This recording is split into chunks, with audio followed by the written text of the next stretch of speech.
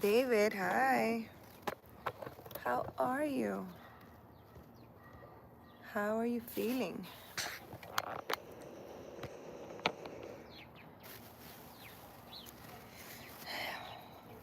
How are you doing today? Happy Monday.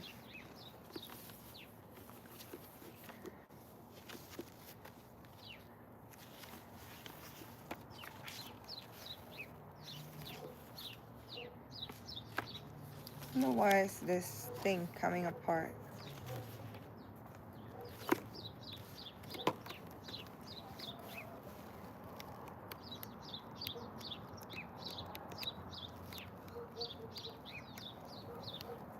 I'm fine. And you happy Monday to you? Thank you, David. What are you up to? What are you doing? What have you done today?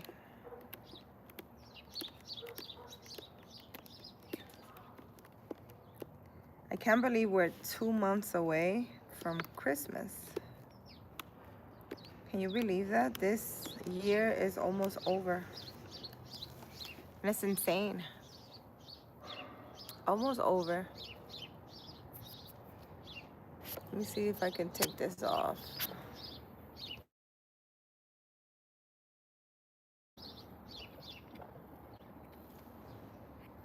I had to take the Wi-Fi off because sometimes the Wi-Fi would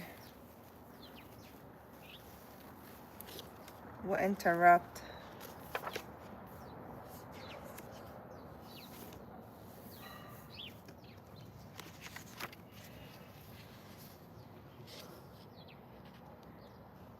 We have been chilling. I'm sitting here. This is a planner and I'm just sitting here. I'm gonna write some things that I want to do. I'm gonna plan out this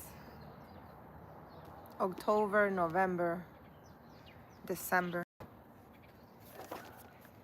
I have to plan it out. What am I doing? Thanksgiving is coming. I need to see what day Thanksgiving falls on and what are we doing. My kids really, well, especially my son, he really wants me to cook. And because I don't cook every day. They make their own food. So he really wants me to like do a whole buffet. So I do that for him. He feels excited. I mean, I think that's a good thing about not, usually Spanish people, we like cooking like a lot during the day. I let them cook whatever they want. Like my daughter, when she comes from school, she gets home like at 11 a.m. She usually knows what she wants to eat. She's just like me. I eat what I want to eat during the day. So, talking about Leanne. You done? What you talking about? What am I talking about? She's asking me what am I talking about? You're on live? Look, she's asking me what am I talking about? What, you were talking about how I was making pasta? She made pasta. I was telling them how you're like me, that you kind of make every day what you feel like eating. You make it. When do you do that? Who? You. Do what? Like what I want to eat? Yeah, when do you cook? That's what I'm telling them. I don't cook. Oh. I always eat what I want to eat. Like Yeah. during the day, I think what I want to eat, and that's what I do. So I told them that you do the same thing. You usually, whatever you want to eat, you make. Yeah. And sometimes it's cookies. And we have to go to the supermarket. I made pesto pasta. She made pasta, guys. So yeah, sometimes it's just cookies that she wants to make, or something that she saw on TikTok. and she wants to rush me so we could go to the supermarket and get whatever ingredients she needs. What are you waiting? You waiting for me to tell you if it's good or not? She's standing here at me. Mm. Not that it would be bad, because I made it. Oh, that's really good, Liam. Thank you. Very delicious. She made a pesto pasta. She's really into pesto lately. She makes a pesto sandwich, pesto this, pesto that. So yeah, so on Thanksgiving, I cook like a whole buffet for them, and my son gets excited because he's like, "Oh my God, I'm gonna get to eat." I make this potato salad that he loves. How I make it. So last year, we had dinner right here in the backyard. We made a nice table and we sat and we thank God for everything. And we had a really nice dinner. I guess we're gonna do the same this year. And yeah, I gotta sit down and see what day does it fall on. Can you believe that though? Christmas almost here. Mm. This pasta is really good.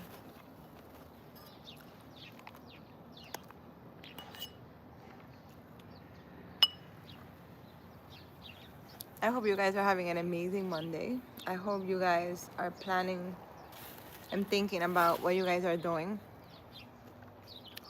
I'm really thinking about, well, me and my daughter are thinking about going to New York, but I really don't want to go. I don't want to go to New York. I do not. And if I go, I want to go for like Friday and come back on Sunday. Because I don't feel like being in New York. New York is stressful, for me, at least. I don't want to be there.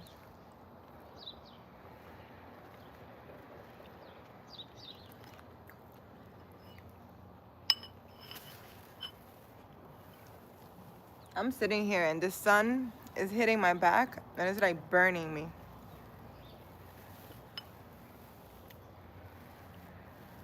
I'm gonna have to find a different spot to sit on. But I don't want to. I want to sit here.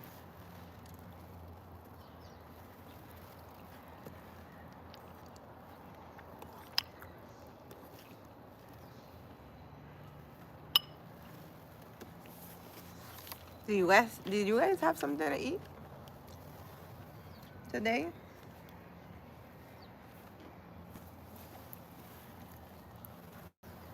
I'm gonna have to sit over there.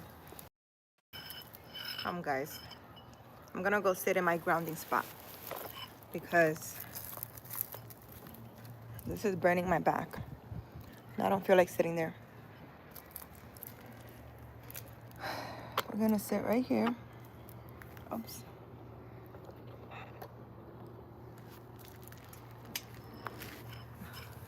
Oh, there you go.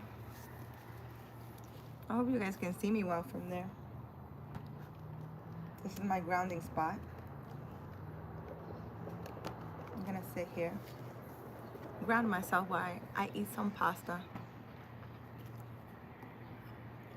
I hope you guys do the same.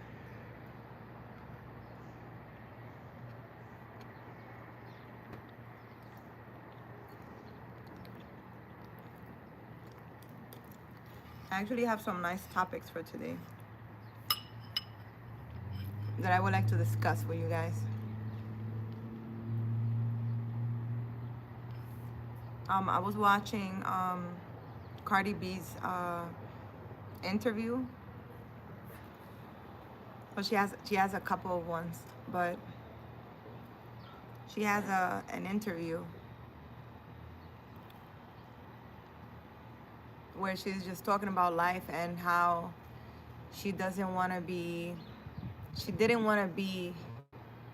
a person who had to accept disrespect because she needed help.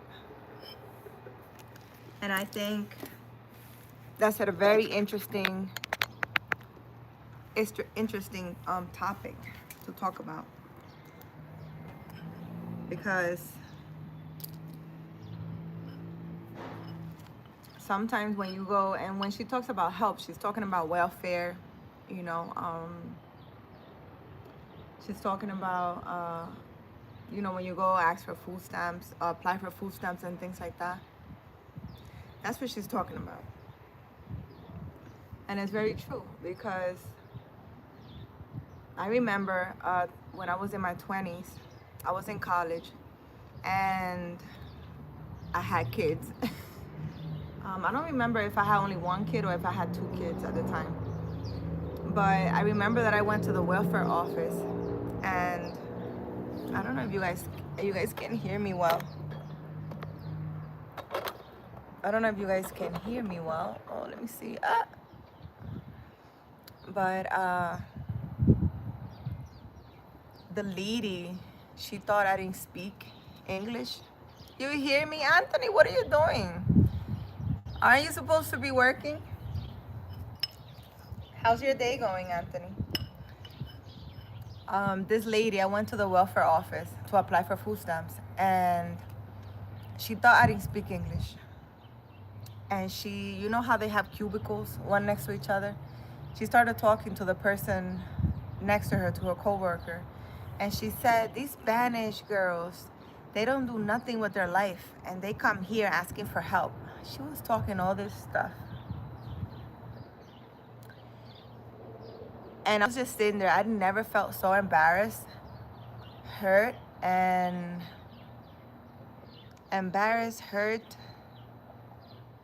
like all these feelings all together. Because I was in college, I had a kid, and I needed help. I was a part-time security guard. I was going to college full-time. And to hear this coming out of that lady's mouth, it was so hurtful. And I didn't argue with her because I was hurt. All I told her was, I understood everything you said. I'm in college. I am a security guard. And I have a child, and I need the help.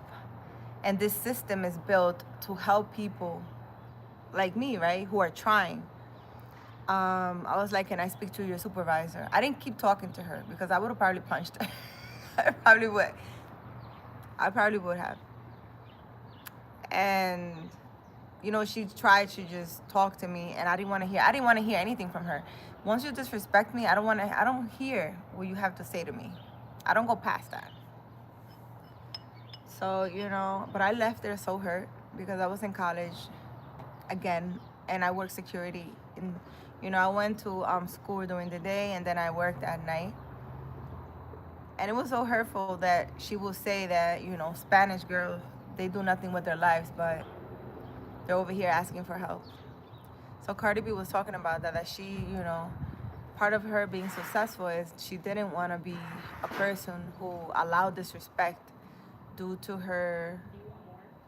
No, Adrian está aquí. Can you tell him to open that window to see if he can? I don't know why that window doesn't want to open.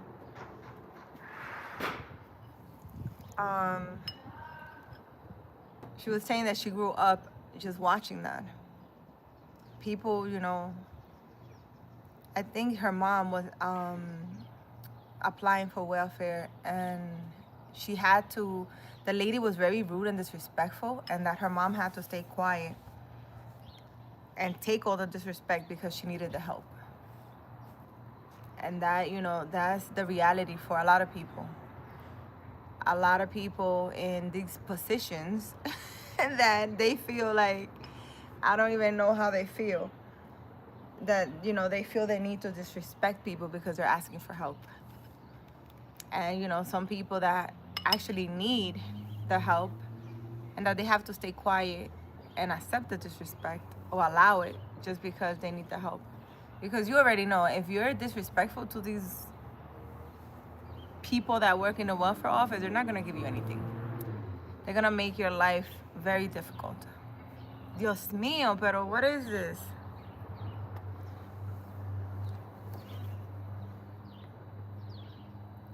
It's a shitty day, Anthony. Why? What happened? Hi, Paul. Bebe, some people never been smacked in the mouth. Yeah, well, a lot of these people that work, I mean, it's a stressful job. It's a lot of, I understand it's a stressful job, whatever. They don't get paid that much, but that has nothing to do with the person trying to get the help. With having a daycare in the Bronx, I realized that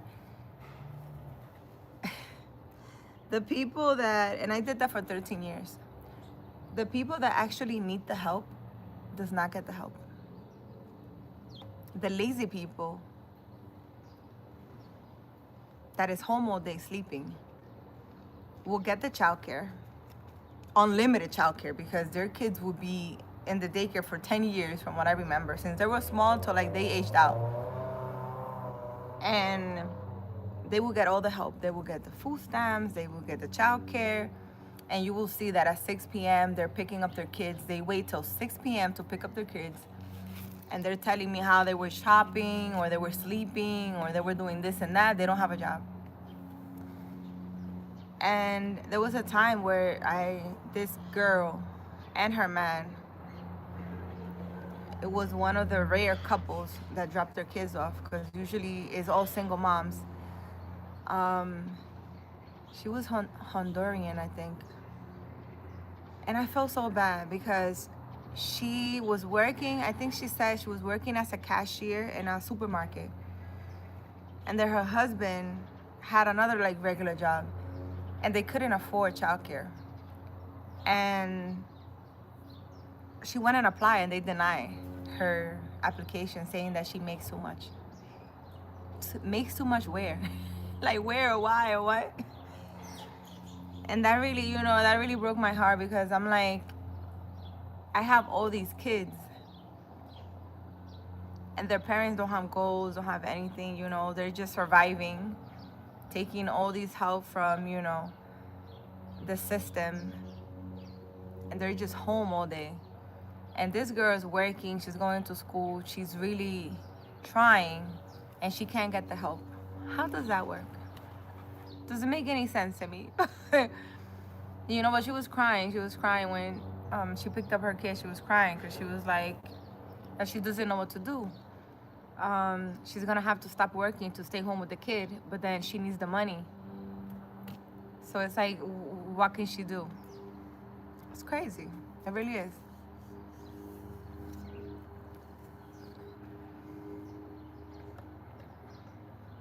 Some people never been smacked in the mouth. I feel like everybody been a little more rude these days, where I think there's a lot of pressure right now, collectively. Like everyone is going through something. I don't know, there's like a big transformation in the world happening, and there's a lot of people going through a lot right now.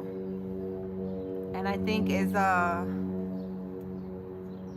test of faith. How much faith do you have? Do you really believe? When you don't have anything, when you don't have to pay your bills, are you still gonna believe? Are you still gonna push through? I think that's a big test. Anthony, that was my ex. What? NX world, my AC boo, how are you? How are you feeling today, world? Idris, hello, beautiful Carolina. Happy next new week. Hi, Idris. How are you? How are you feeling? My ex didn't work for 3 years. Wow, really? Well, I don't know. Some people just don't have the drive to do much. I don't know. I can't explain that. You're right. Everyone is truly going through something. You're good. Yeah, everybody's going through something. And it's very heavy what's going on too. It's like a big challenge, a big obstacle, a big struggle, a big test of your faith. But also I seen that there's a lot of people who have been growing. They've been making a big jump from like down here all the way up here. I seen that a lot. Different people that have made a huge jump. It's like God is slowly picking people up and placing them up here. So, you know, you guys have to be patient. You have to be patient and continue having faith and moving forward, because we're all being tested, and there's no fighting it. There's no going against it. There's nothing you can do. It doesn't matter what you try. You'll see that you're not gonna go far. It's all like spiritual, whatever's happening in the world right now, and everybody can see it. So it's not something I think that the world can ignore, because everybody's seeing it. A lot of people are being blessed. A lot of people that were not seen are being heard. A lot of people who were quiet now are talking. A lot of people who you didn't think believed in anything, now you see that they actually have a very special relationship with God or spirituality, and that they're like divine beings. I think all the good people that we're hitting, they all had like a mask on, and God took everybody's mask off. So if you're a bad person and you were hiding as a good person, now everybody's seeing the a-hole that they are, and they're being embarrassed. All the people that were not seen as good enough, or people weren't paying mind to them, or whatever it was, God is taking their mask and showing the whole world, look, this is a divine person, and I'm gonna bless them in front of everyone, and you're gonna see. So a lot of people are being shocked right now, seeing like, oh my God, I didn't know this person was like this. And you know, a lot of people are being shocked, like, oh my God, she's so holy and she's in church. I didn't know she was so evil. So I you know, for what I see, this is what's going on right now. I was making take 10K a month. Anthony, you balling, huh? You were making 10K? Mm-hmm.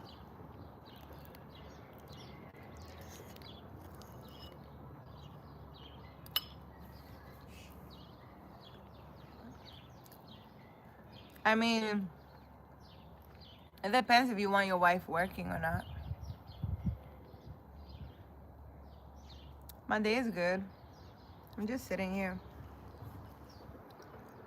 I'm gonna sit and write out my plans for the next 2 months until December. Oh, what I think I'm gonna do? Because it doesn't matter what I plan. God has plans for me, and He doesn't tell me what they are, and I just go with the flow at this point. You're definitely right. Tax free, Anthony? You was. Well, it depends if you want your girl working or not. I think if you have the money and, you know, you want your girl to stay home, I preferred if we both home. If we're both home, I don't know. Mm.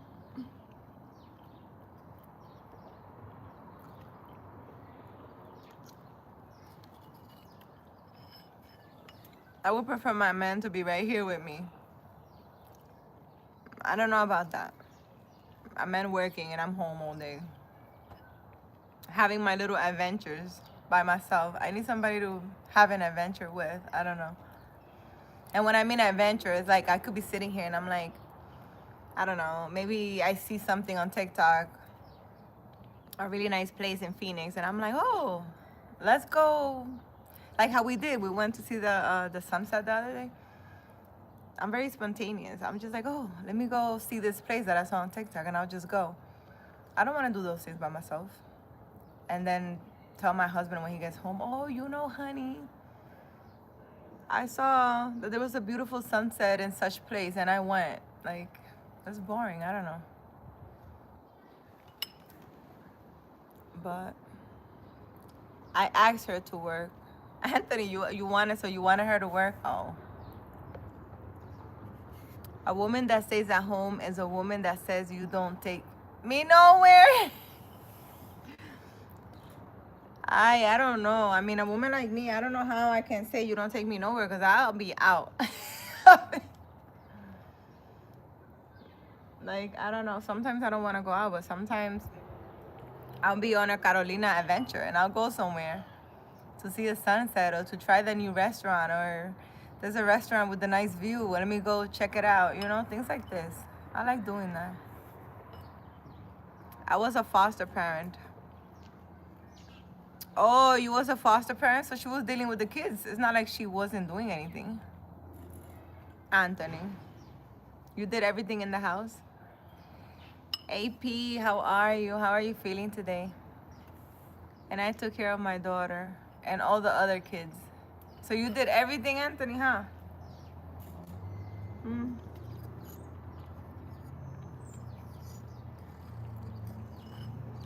I know how you feel. I've been doing everything for 20 years. I don't know. I definitely know how you feel.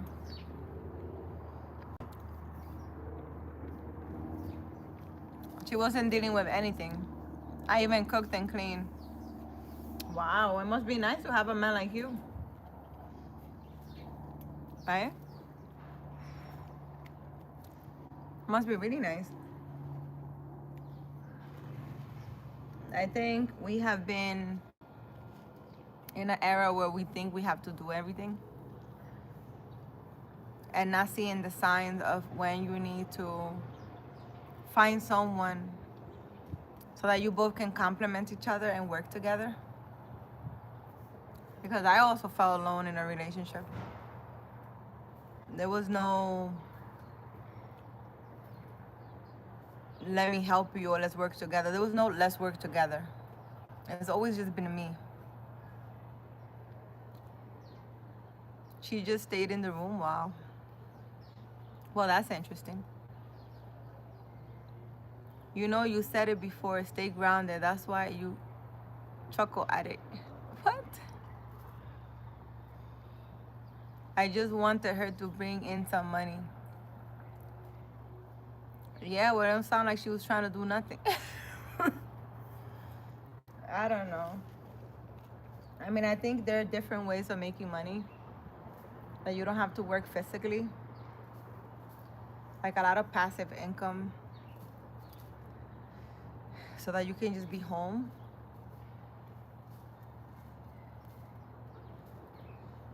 HK, where have you been? How are you? I pay for both our cars. Well, I'm sure, Anthony, you had to pay for everything. Because if you're the only one working, then... HK, I'm in my house. Sitting in the backyard. Getting my feet dirty, like, every day. That's what I'm doing. It's very, I think there's a huge collective that we have to let go what we went through and reprogram. I tried this ¿El qué? Yeah, ¿por qué tú andas en media? because You're gonna dirty your medias. I didn't feel like putting shoes on.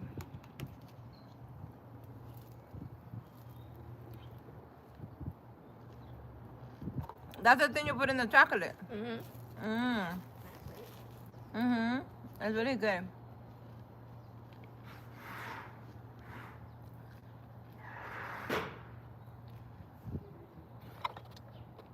The sun is not vibing with me today.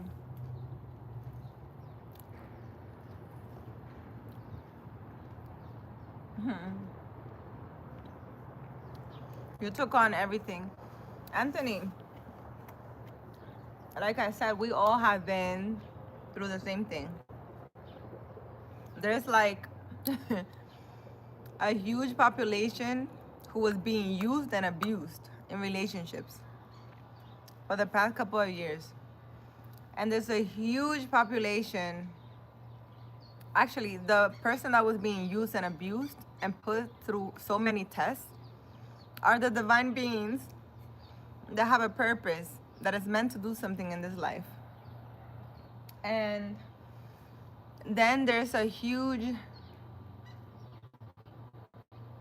population, which is the other side, that took advantage of the divine beings because they were nice, caring. They feel like they need to help and do things.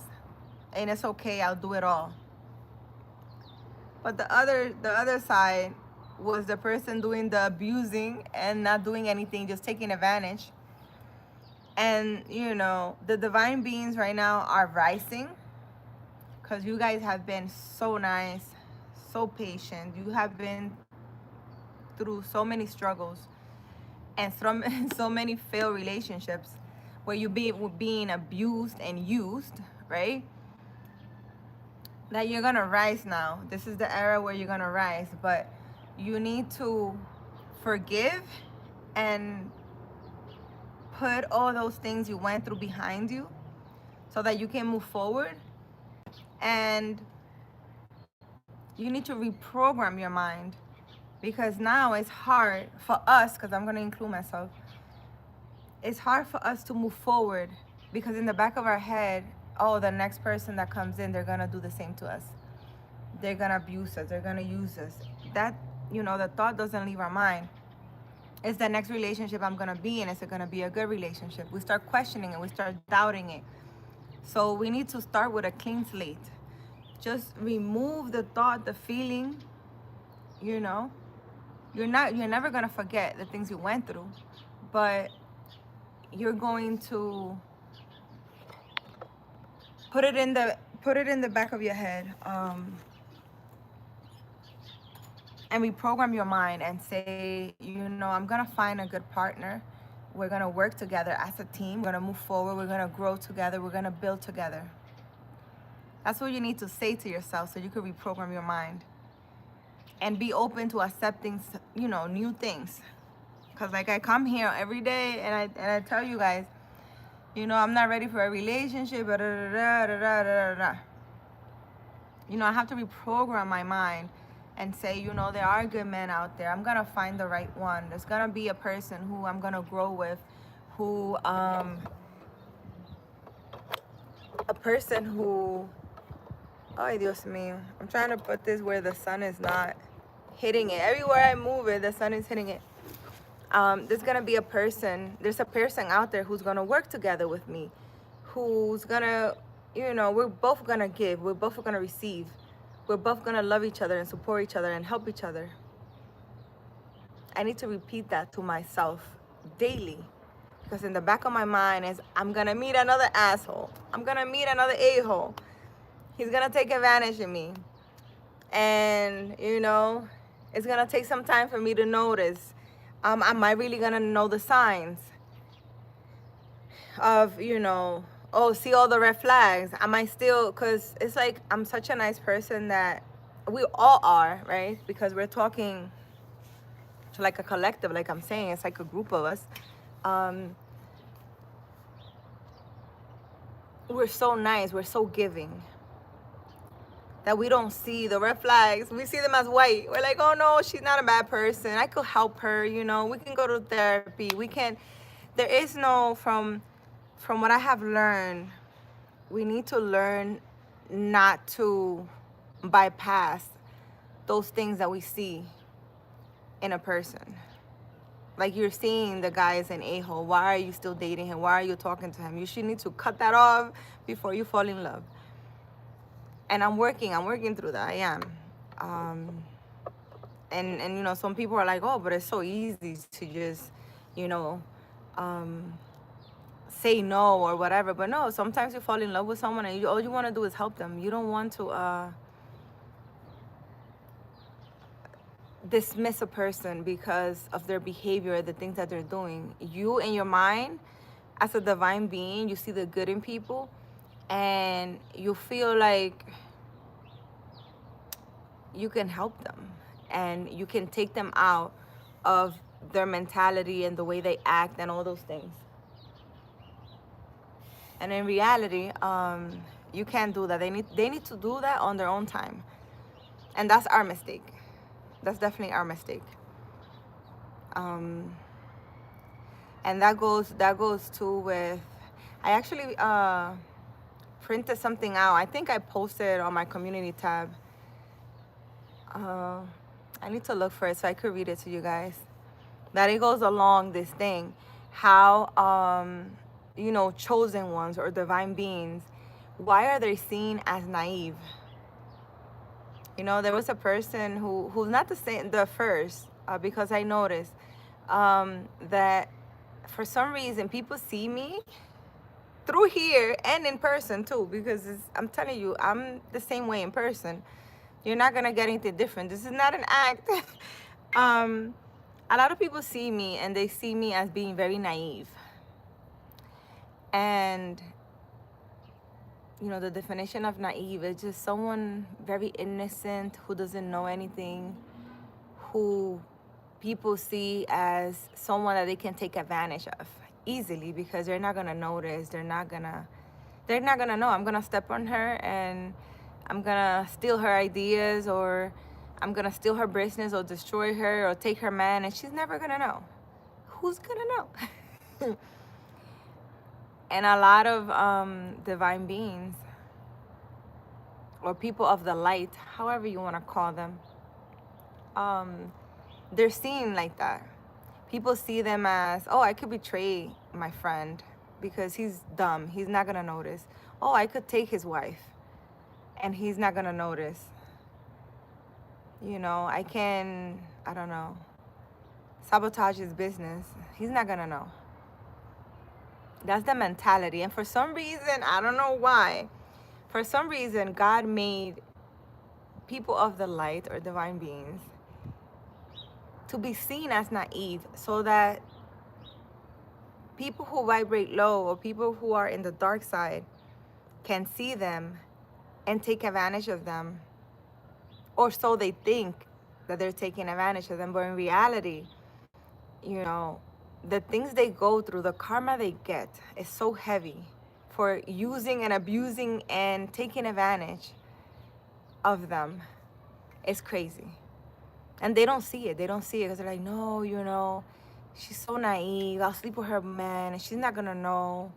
And, they both think, they're like, hee hee ha ha, she's so dumb, I told her I was in the gas station and I've been in Lucy's house for like 6 hours. And maybe, maybe I don't notice, or the person doesn't notice, right? Oh, very naive. But God is watching you. I don't worry anymore about, being jealous or checking people's phone or really investigating if a person is doing right by me or not. Because it's like God is seeing you. And the shit that you're going to get, it's going to be major. And I'm going to notice if you were doing right or wrong, because it's going to be blown up where everybody's going to see. And, in my life, it has happened with every single boyfriend I had. That is insane. I feel bad because they call saying sorry. I don't know if they're going through karma and then the thought of me comes to mind, or the guilt of I took advantage of this person and she was so nice to me, or what happens in their mind, that they feel the need to apologize very often to me for the stuff they have done. And I feel bad because it's like, there's nothing I can do. I can't help you get out of karma. You do things, you have to pay for the things that you've done. And it doesn't matter who you are. Religious, not religious, believe in God, don't believe in God, believe in karma, don't believe in karma. Whatever you put out, you're gonna get back. And you don't know when it's happening. And if you don't believe in that, you'll start believing soon, don't worry. Or maybe you are going through things. Willie, it's people's chemistry. Not everybody wants to do certain things. That's their partner wants to do. You took care of other men's kids? Yes, Anthony. My ex-boyfriend had 2 kids. His ex-partner died of cancer. So when I met him, I stood 7 years with him. When I met him, he had I think his son was like 6, and his daughter was 10 or something, similar in age to my kids. And I thought I was Superwoman, you know? I was like, I live in a nice, I used to live in Bohemia, which is in Long Island. I lived in a really nice community, really nice, excellent school district.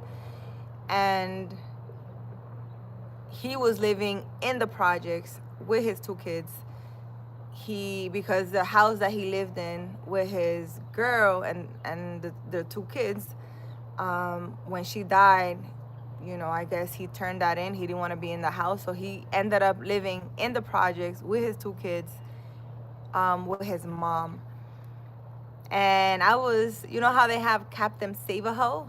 I was woman captain, save a nigga. I don't know.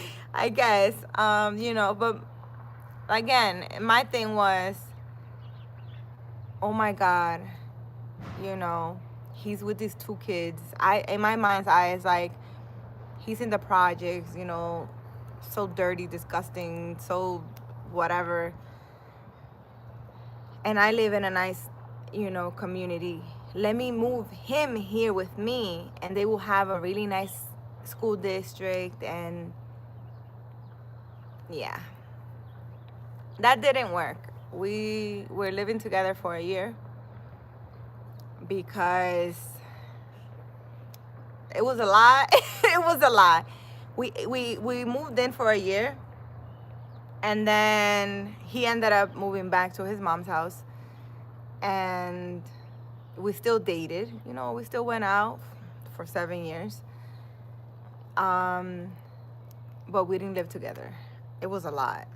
It was a lot. I'm talking about, I lived in a really nice big house. It had like a backyard of like a football field. A beautiful house. The bedroom was insane. I think that was the biggest bedroom that I had so far. Huge bedroom, with a fireplace, like a real one made. Oh my God, it was beautiful.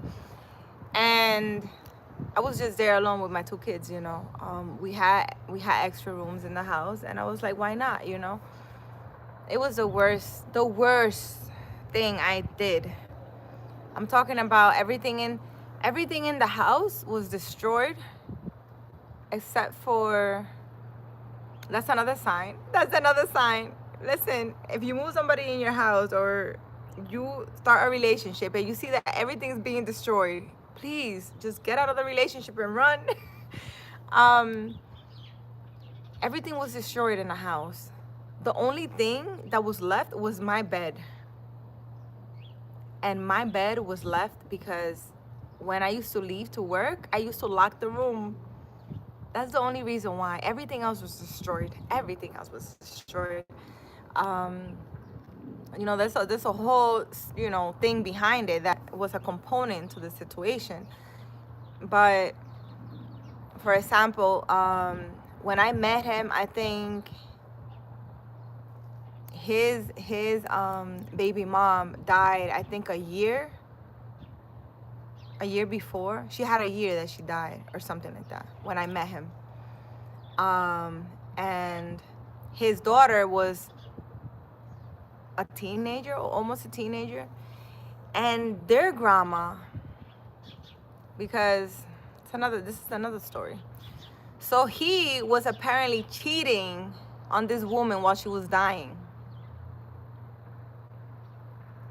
Right? This is what his daughter was telling me.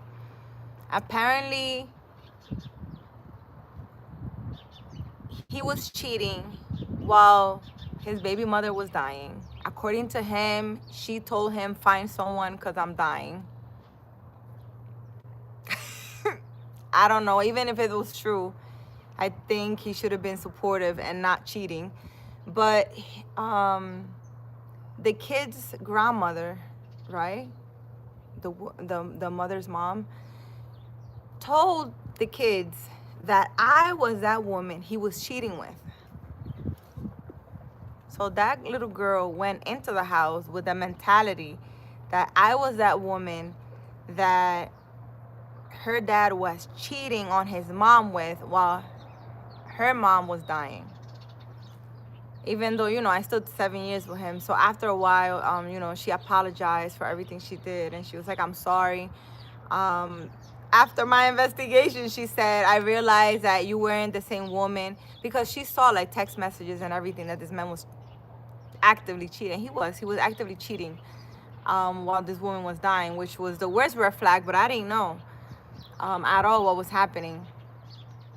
But this little girl went into the house with a mentality she didn't want to live with me. She was destroying everything. She was making my life a living hell. It was a lot. It was a lot. Just know it was a lot. This 7 years have been a lot. The past 7 years, it's been a lot. I mean, I have 2 years that we're separated already, but it was a lot. It was a lot. And, you know, it was crazy. I only stood living with him for a year. And then, he went back to his mom's, and I, kept on with my life um, and stuff like that. It was crazy. He, after living in Long Island, because let me continue the story since we're talking about my personal life. Let's just all talk about it now. um, after after I lived there, right, with him for a year, um, I continued living in Long Island, I believe, for like 2 more years. I stood in Long Island for like 4 years or something like that. He was like, oh, because he works in New Jersey. He was like, oh, I think it was during COVID. He was like, oh, I have a house in the Bronx. I always had the house in the Bronx. He was like, oh, move back to your Bronx house. And I promise we're going to get a house together. 3 years went by, and I went back to the Bronx because he said, you know, and the only reason why he wanted me back in the Bronx, it was because it was more convenient for him to see me, because he worked in New Jersey and he lived in the Bronx. So he didn't want to make the effort to go see me, I guess. I don't know, now that I think about it. But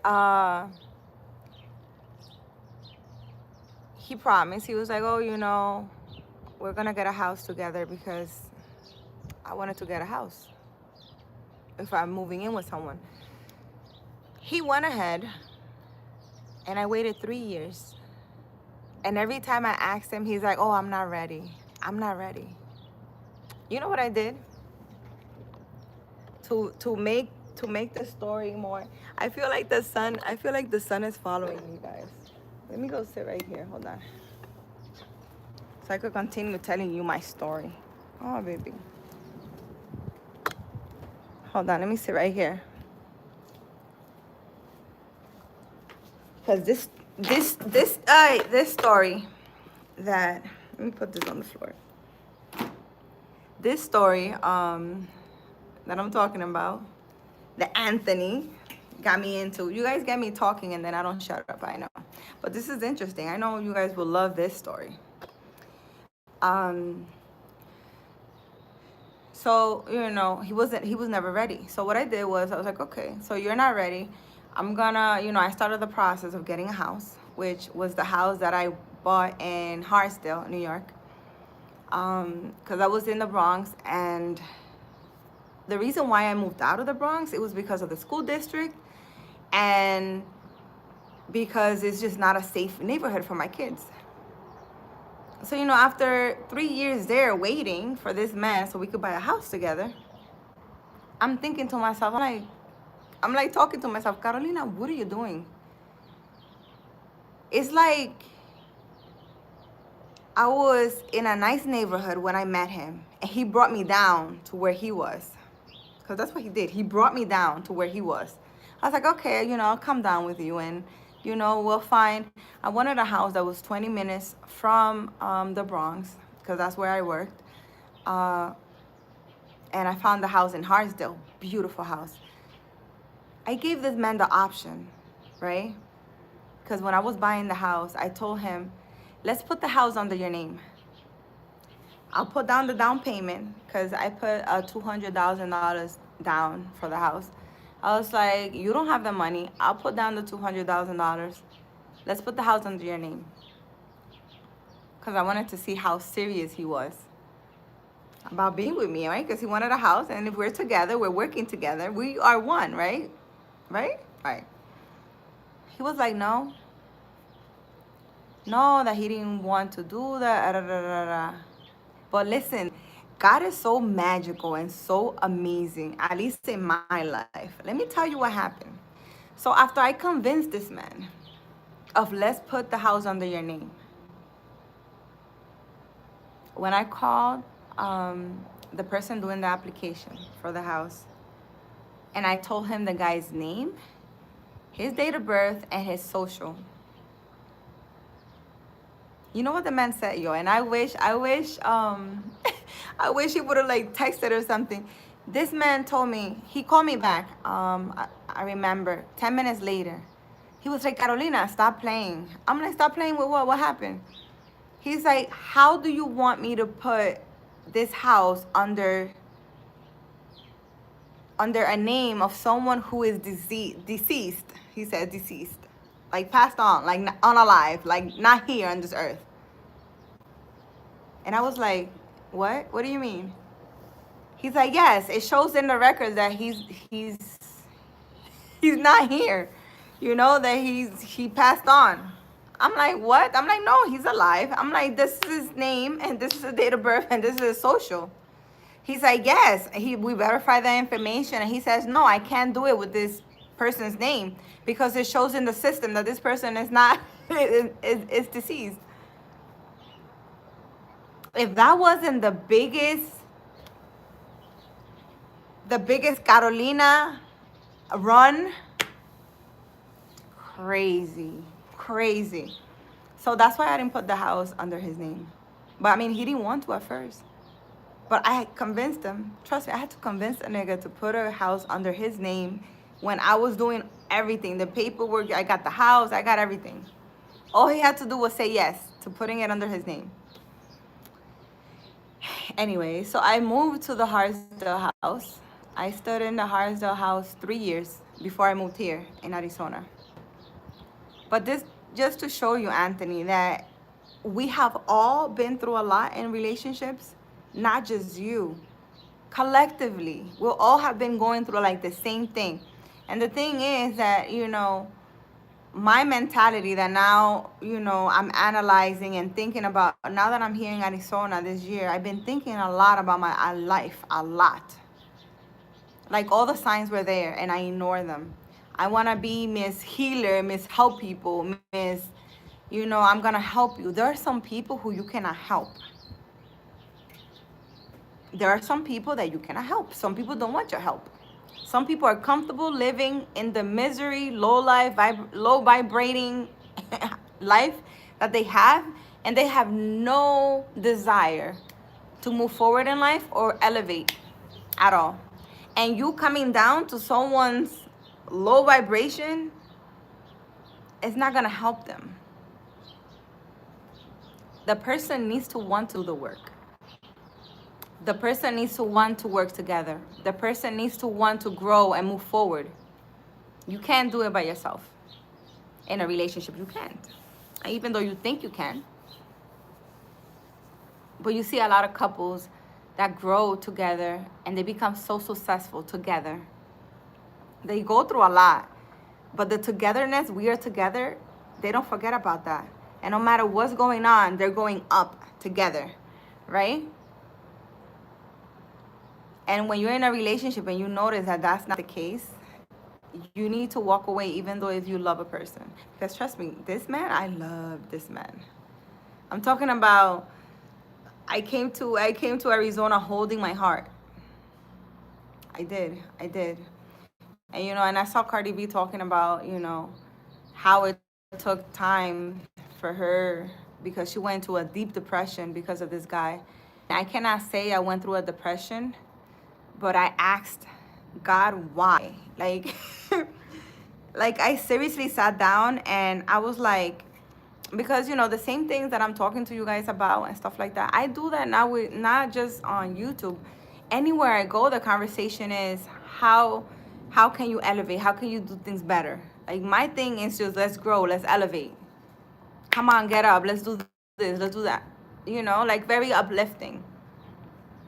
I came to the point where I was asking God, maybe I'm dating someone that has like a mental condition, like a real one, because I couldn't understand how. I mean, he improved a lot in his life, because a lot of people were like, I didn't understand it. A lot of people were like, oh my God, he has changed so much because of you. Da, da, da, da. People were seeing him differently. But to me, I couldn't understand how you were 7 years with me and nothing, the niceness, the helping, the simple fact that I don't like throwing garbage out in the streets. Something, I don't like throwing garbage in the street. I always tell people, you don't clean. Why are you throwing garbage in the street? Put it in the garbage. That's something that he didn't learn. And it's so simple. Like, weren't you there for 7 years? You didn't capture anything that I've been doing. Not even the slightest thing. And to me, I to this day, to tell you, I can't comprehend how he's still the way he is after being with me for 7 years. Like I did tell you, throwing garbage on the street is not a good thing. You don't clean.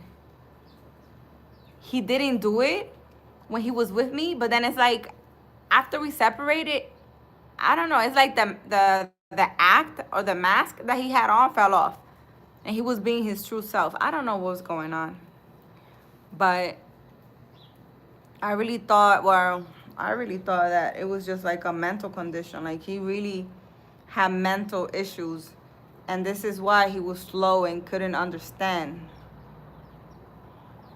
I don't know. I don't know. I really don't know. I don't know.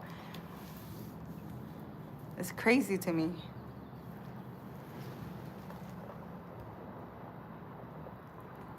3 kids, 3 different men. I made a crazy decision, but I made my daughter, so I didn't regret it. Anthony, everything is a learning experience. We go through things like that to learn. There's to learn and grow, you know? I didn't learn my lessons from my past relationships. And I guess this one came in heavily to teach me it. Sometimes you get a partner that doesn't want to spend their own money on you, but they find somebody else and they're spending their money left and right. Yes, Willie, yes. That's very true. I'm sure this man didn't give me anything, and I'm sure he had hoes in the street he gave everything to. And, me and him had a discussion about it one day, because I was like, you know, maybe the $50 that you're giving the hoe you're with, I know you probably think you need to give me 1,000, not 50. But at least if you give me the 50 that you are probably giving a hoe, maybe I could go food shopping with it, I'm just saying. Cosme, hi, how are you? Stay grounded. You don't even look like that type of person, too. Check your grown up's phone. Cosme, oh no, I did. Hi, no ego. I did. Listen. I am still very jealous. I am. I was to check the phone, do everything. And to tell you the truth, everything changed when he decided to put passwords and facial ID on his WhatsApp and all his things. I was like, I don't need to know what you're hiding, because the minute you're doing that, you're hiding something. And it must not be good if you don't want me to see it. So I kind of realized that. I was like, okay, so you're hiding something. That's nice. Very nice. Very no. And I think my love for him started dying when he did that. He also, on his Instagram, started erasing all of our pictures slowly. And this is the thing that I'm telling you guys. People think, like, because we're nice, we're naive. We notice what you're doing. So now when he asks, oh, but you don't love me, like, do you want me to list all the shit you've been doing for the past 7 years? Like, I notice everything. I didn't think they had women out here like that, Willie. Hi, Q World. How are you? How are you feeling? Captain, save a bro. Stay grounded. Captain, save a bro. I was Captain Save a bro, for sure. Stay grounded. Everybody goes through something. I guess it's the circle of life. Mishra, it is 1 p.m. here. Yeah. Captain Save a bro. That was me, Captain Save a bro. Right now I have no desire to save anyone at all. Like, I will give you guys advice. I will read your cards, whatever you need, so that you can move forward and stop being scared and not have faith. But I'm not gonna go after you, checking on you. Oh my God, did you do this? Did you do that? And talking about that, let me tell you how I did a reading to someone, and I seriously think that I don't know what to think, because what I saw in the cards is exactly what the woman is doing right now. And I literally told this woman that the relationship she was seeking or going after is not good for her, and it's gonna end up in betrayal, like a huge betrayal. And she continued on. And for the life of me, I don't understand what she's doing. I mean, I guess I'll sit here and I'll wait for her to come and be like, oh my God, you told me about it. Like, all I could do is give you an advice. I can do more than that. I cannot. You know, it's up to you. Before, I used to be chasing. I think I was, oh, there was a call, that's why. So crazy. That's another thing. When this person used to see that I was on live, he would start calling my phone constantly to interrupt the live. This is how annoying this person is. I don't even know if he's annoying or being a hater. At this point, I don't know. What she means that you don't cook and you're Dominican. Willie, who you talking about? My daughter? I don't cook. I don't cook in my house. I cook what I want to eat. What I want to eat. If I want to eat something, I make it. If my daughter wants to eat something, she makes whatever she wants to eat. My son, if he wants to make, he makes whatever he wants to. My son wants me to cook. I'm not. If I'm not here tomorrow, who's gonna cook for them? Hi, Robert. Tell me. I'm Dominican, and I do cook, and I did cook for the wrong people for a very long time.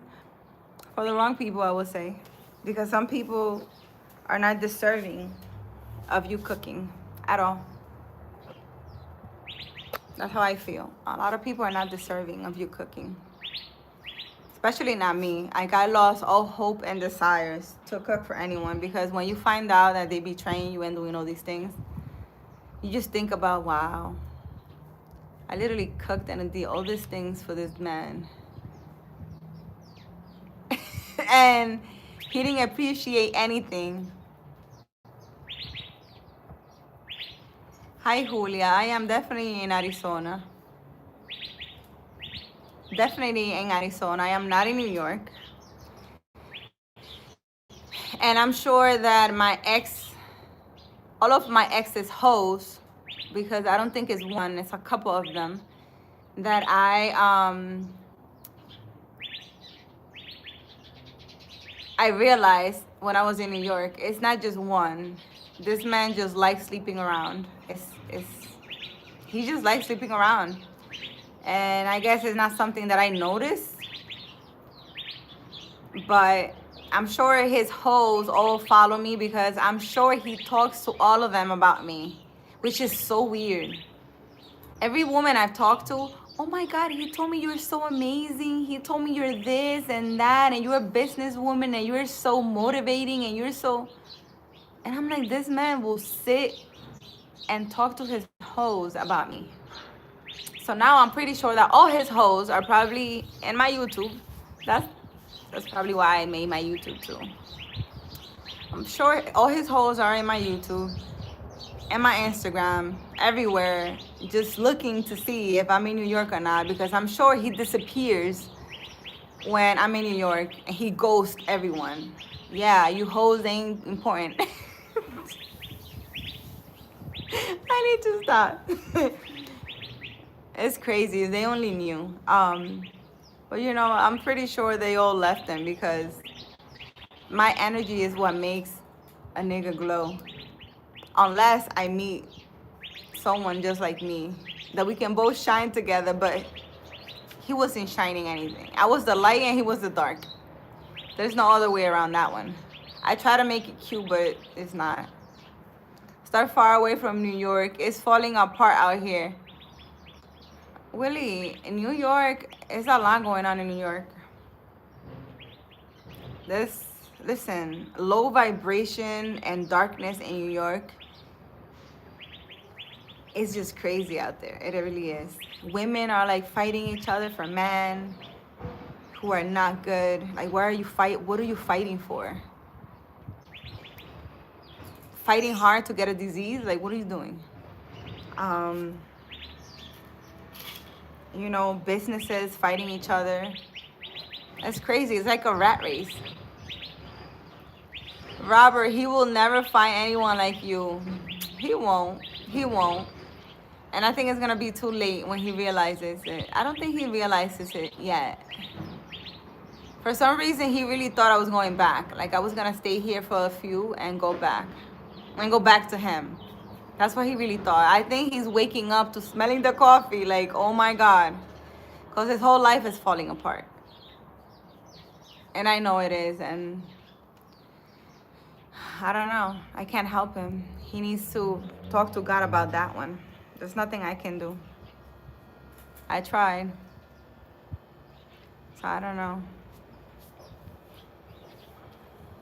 Very, very interesting. Anthony, where did you go? Did Anthony leave? Anthony got me here talking about my personal life and he's gonna leave.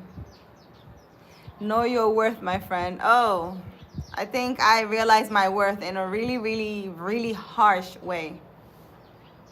In a really harsh way. I need to stop being Captain Saver, bro. I'm not into that anymore. I'm really not.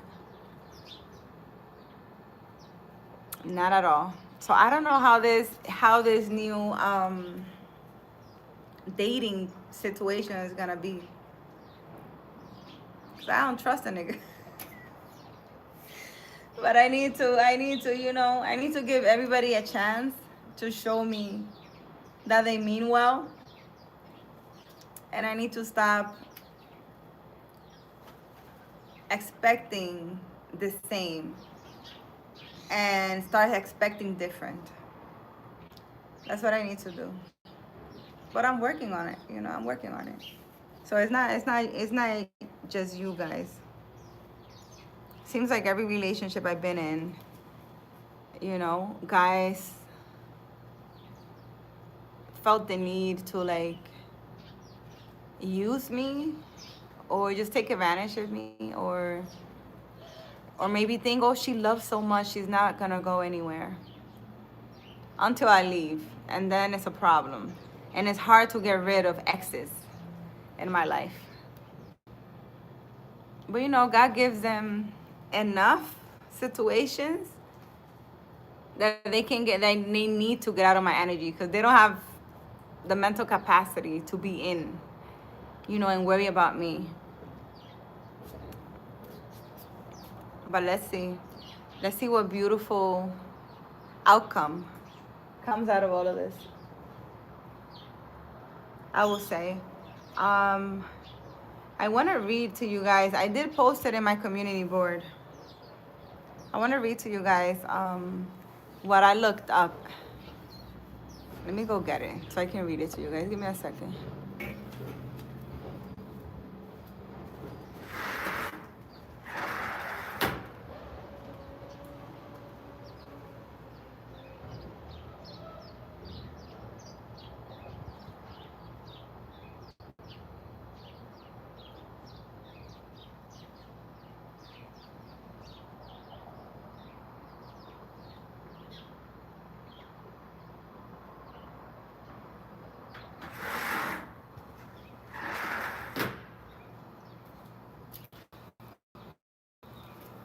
Wait. Let me see.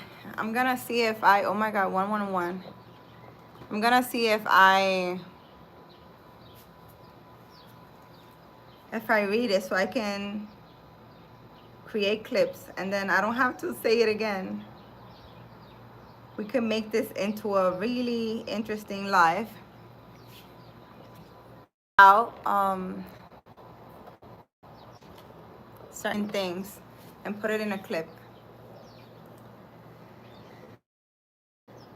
All right, so it says on here, it says, so why are chosen ones often come off as naive, even though they're not? And this is the answer. They see purity where others see danger. Chosen ones often carry an open heart. They believe in goodness, redemption, and higher purpose.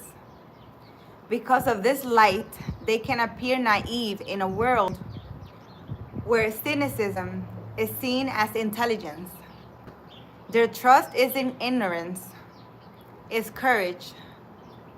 They choose to see potential in others. They live by faith, not by fear. They move from intuition, divine timing, or destiny, not logic alone. To people who rely on worldly things or worldly reasoning, that faith can look like recklessness, but it's actually alignment. They operate from love in a world of strategy.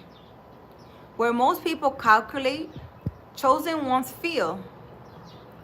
They lead with compassion and authenticity, not manipulation. That openness can be misunderstood as softness, but it's spiritual strength in disguise. They remember what others forgot. Innocence isn't lack of wisdom. It's the return to truth. Many chosen ones have gone through pain, betrayal, and awakening and still choose light. That childlike essence people mistake for being naive, is actually the soul's highest intelligence. Their vision is bigger than their surroundings. They talk about purpose, energy, and destiny in a world obsessed with material proof. That makes them look unrealistic until what they said starts happening. The chosen one isn't naive.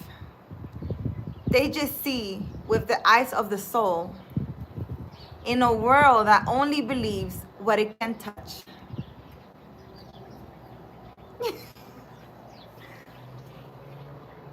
So this is what the definition of when you see a person is very naive.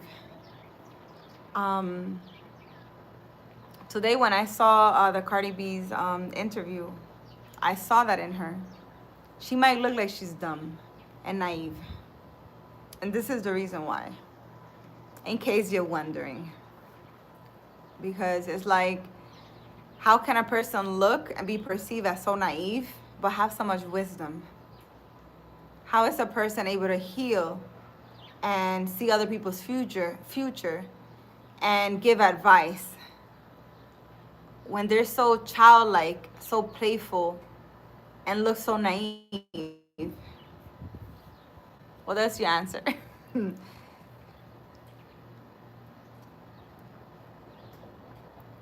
Those same people that work in the cubicle got those jobs being on public assistance, also looking for help. See how America is? No, yeah, I mean, I'm telling you, I feel like for the past 20 years, everywhere I went, it was a constant struggle and fight. Wherever I went. For some reason, if I had a job and women were working there, or a woman was my supervisor, or a woman was my boss, First of all, if they would interview me, most likely I wasn't gonna get the position if she was a woman. Cause automatically when I stand in front of someone, if you're low vibrating and not of the light, you're gonna see me as a threat. I'm blinding you with my light. I would, any business owner or anywhere that I went to work, the supervisor, I knew it was gonna be a problem if it was a woman. If it was the owner, I wasn't gonna last there long because they will start making my life difficult at the job. When I was a social worker, that happened a lot. Um, anywhere that I will go, if it was a woman, it would be a problem. They will make my life difficult, just for, just for being me, just for being there, just for breathing the same air. So for the past 20 years, it's been rough, very rough. And if it feels or felt like I was all alone doing this in the physical, but I was very protected spiritually. I never felt alone. Even though in the physical, I was always alone doing things. But in the spiritual, I always felt supported. Like I wasn't alone. So, whenever I confronted or what came up a challenge, I will have to say to myself, it's okay. You're okay. You know, don't worry about this. It's going to be all right. That will be always, to this day, it's still the same thing. You have to do that self-talk often because it's crazy. If it was a man, he will fall in love with me. He was the owner of a place. If he was a supervisor, it was like the backwards effect. If it was a man, he would fall in love. If he was a supervisor, he would fall in love. And then it's a problem because when I reject them, then it becomes a problem. So I don't know, man. It was a problem. I think the best thing I could have done was open my own business because, in this world, I don't feel like being nice to nonsense when you're being disrespectful. I'm not going to do it. So, I don't see myself like working or never saw myself having a job. Stay grounded. In those other countries, there is no welfare. In those other countries, there is no welfare. What countries do you mean?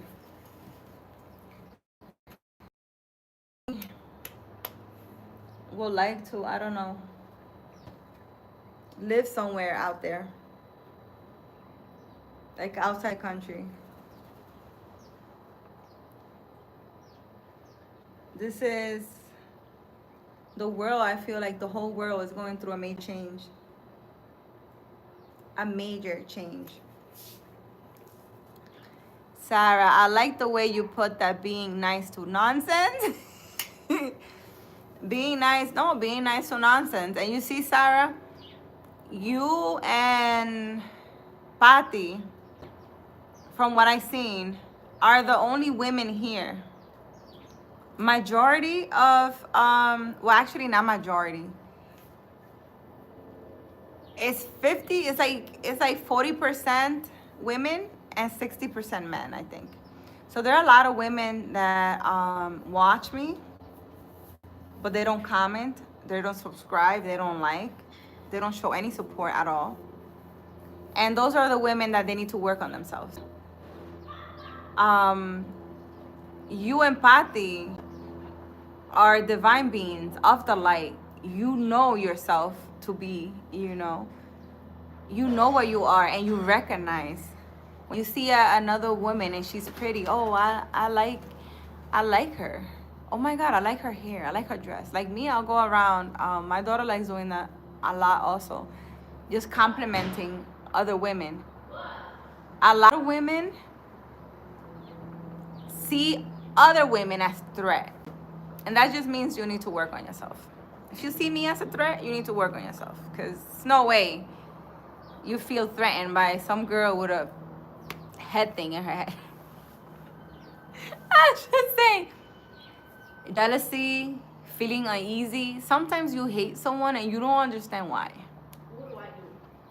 No, I'm just telling them that you like to go around complimenting other women. Um, and yeah, I don't feel like being nice to the nonsense.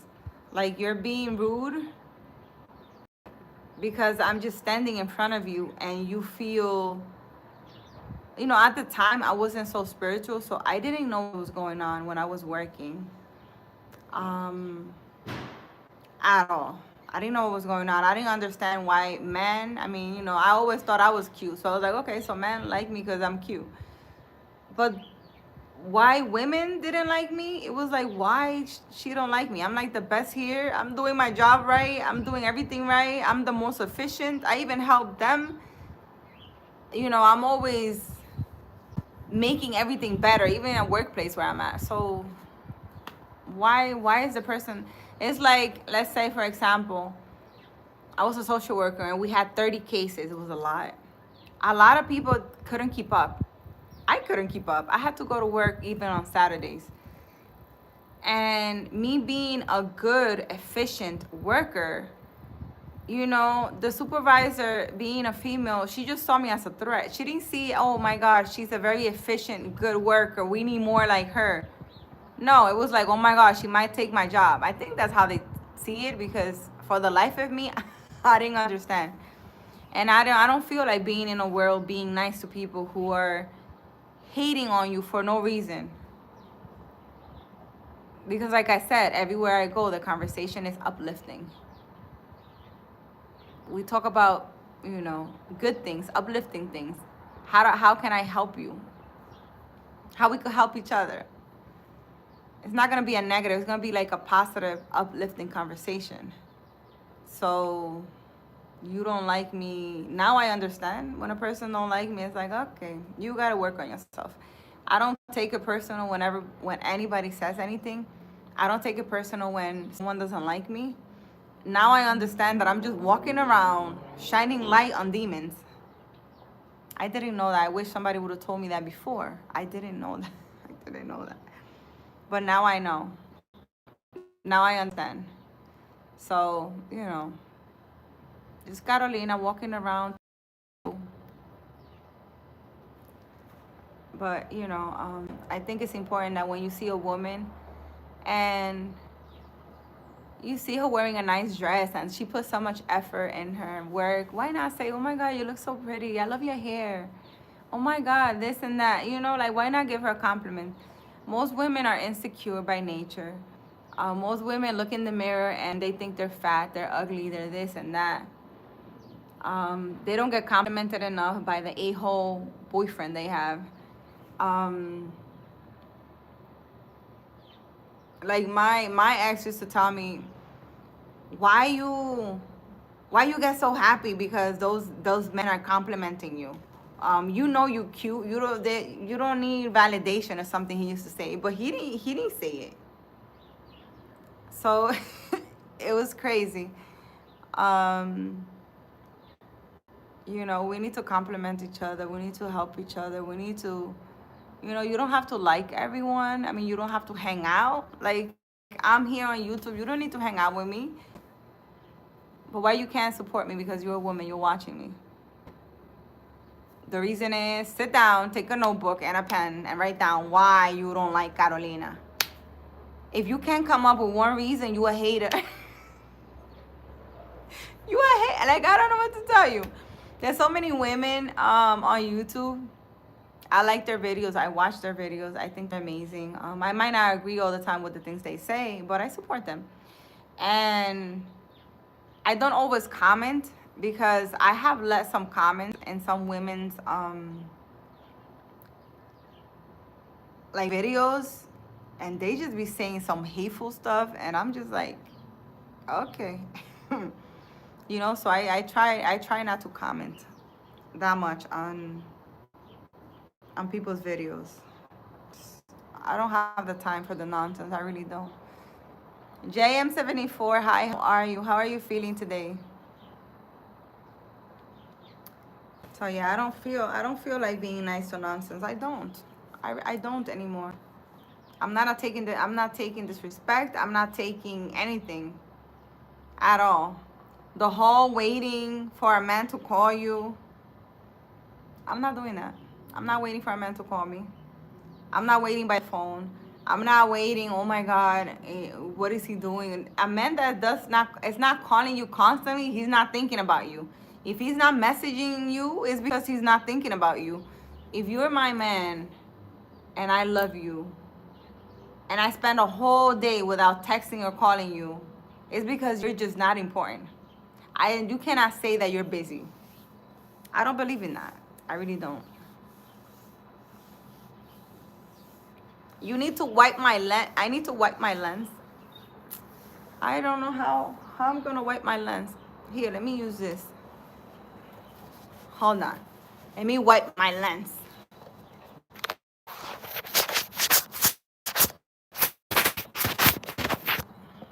I better look better. I look better. Yes. You see, that's why I like my Indian people. My Indian people be hooking me up and be telling me, Carolina, wipe your lens. Is it better now?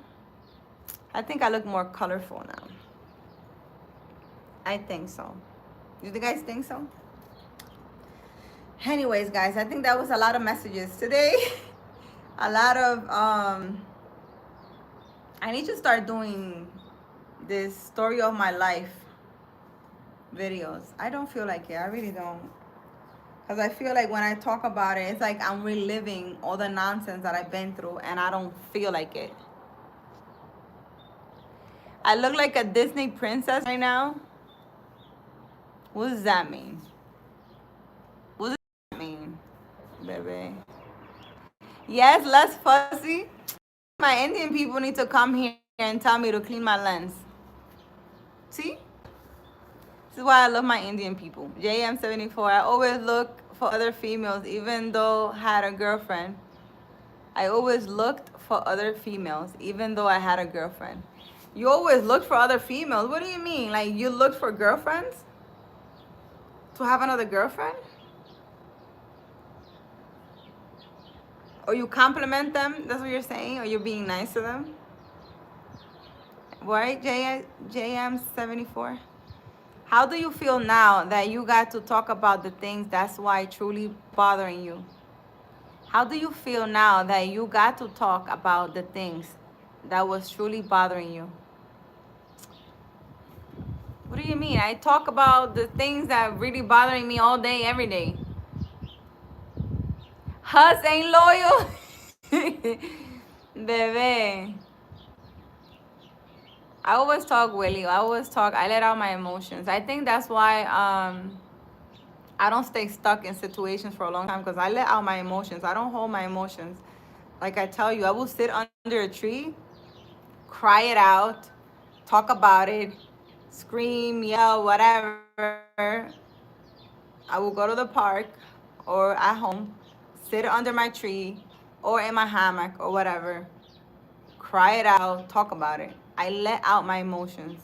Just you sitting somewhere in nature and just talking out loud how you feel or writing it down in a journal helps release. Grounding yourself. I do that almost daily. It helps a lot. You need to learn how to release those emotions that you have inside because it's not good to hold them. It's not good to feel certain way about your ex or about whomever in your life and not let that go. You know, for me, it's okay now to just talk about anything that happened in my life because one, I don't care. Two, it can help anybody else listening to me. A lot of people since forever, people are like, you're so lucky, you don't do nothing, and look at your life. Like, where were you when I was working at 13 years old? I started working at 13. I went to high school, I went to college, and I worked. I had kids while in college, and I still continue to work. My life hasn't been dandy, it's just been me. And for some reason, that's another thing. Women see me, I guess, in social media because, you know, I wouldn't post a lot or be on YouTube telling the world my life. people look at me and assume that I got it like that I was born rich or something, that I must have a sugar daddy who's helping me and paying for everything. So it's good that I go live, and I go live for a very long time, because, I want everybody to see the things that I do on a daily, that, you're not able to see the before for the past 20 years, all the things that I've been through. Um, but I'm here to tell you the stories of all the that I've been through, so that you don't feel like, oh, she's so lucky. No, for 20 years I've been busting my behind, and I'm talking about with 2 kids, taking care of a household, running a business, or working constantly with no help from no one. No one can say I helped her. No one can say that. I think there's only one man that I told you the story. When I moved to when I bought my Bronx house, I didn't have money to change the locks. You know the locks, like everybody, all the realtors have a key. For like 3 months, I couldn't change the locks because I didn't have money to. All my money went to the down payment, and half of the money for the down payment I borrowed. So, I was sleeping on the floor in a mattress. My kids. No one can say they helped me except for one man. Um, and this man, he helped me, and I'm forever grateful. He went and he noticed. He's like, "Oh, you're not gonna change the locks for the house?" And I was like, "Oh, I'm gonna change it later. I don't have the money for it." He went, he changed the locks. He got me a bed because I was sleeping in the floor. He got me a bed and all that stuff. And just the little things that he did around the house helped me tremendously. He's the only man that can say that. And to tell you that I went out with men with money, and they can never say, "Oh, I gave her all this money." The only man that did send me a lot of money was the man that I was gonna marry. But I was already like established. I already had my business. I already, had a house and rentals and stuff. So, but when I started out, that I had a regular job and didn't have much, only one person can say that. But everybody else is just like, let me just, benefit off of her kind of thing.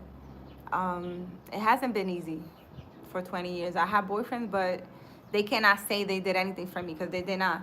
And for some reason, when women, because it's women too, women and men, because some men be calling me and they be acting like I got it like that, that I don't know where in the world they see all this richness from me. They see my face and they think I'm rich. I don't know. But when I'm in a relationship with a man, the man starts glowing. Every woman wants him. I don't know what it is. I don't know what it is, because he's with me, he's glowing, and everybody wants him. It's the craziest thing. I need a man that's gonna be very loyal, and a man that knows you're gonna be tested. All these hoes around the world, I'm talking about Miss Universe, is gonna come, and she's gonna lay naked in the bed for you, just because you're with me and you're glowing. And you need to have self-control and not cheat, because I'm not forgiving you. We need to have the conversation. We really do.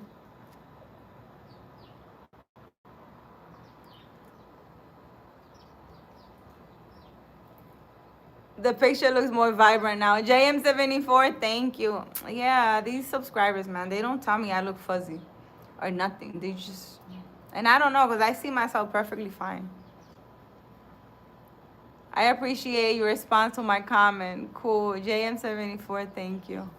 James, I squeeze and kiss my 2 chihuahuas until my frustration goes away. Well, that's a good way to do it. You could do that, I guess. Sarah, as far as telling you story, Feel for myself. I finally been sitting in silence this year, thinking about the past, and I'm ready to move on. Yes, telling my story would, because we started the conversation with Anthony. Anthony comes on here and he talks about the things that he's been through. And for some reason, he feels like he's just going through a lot. And it's not, everybody, we're all going through this.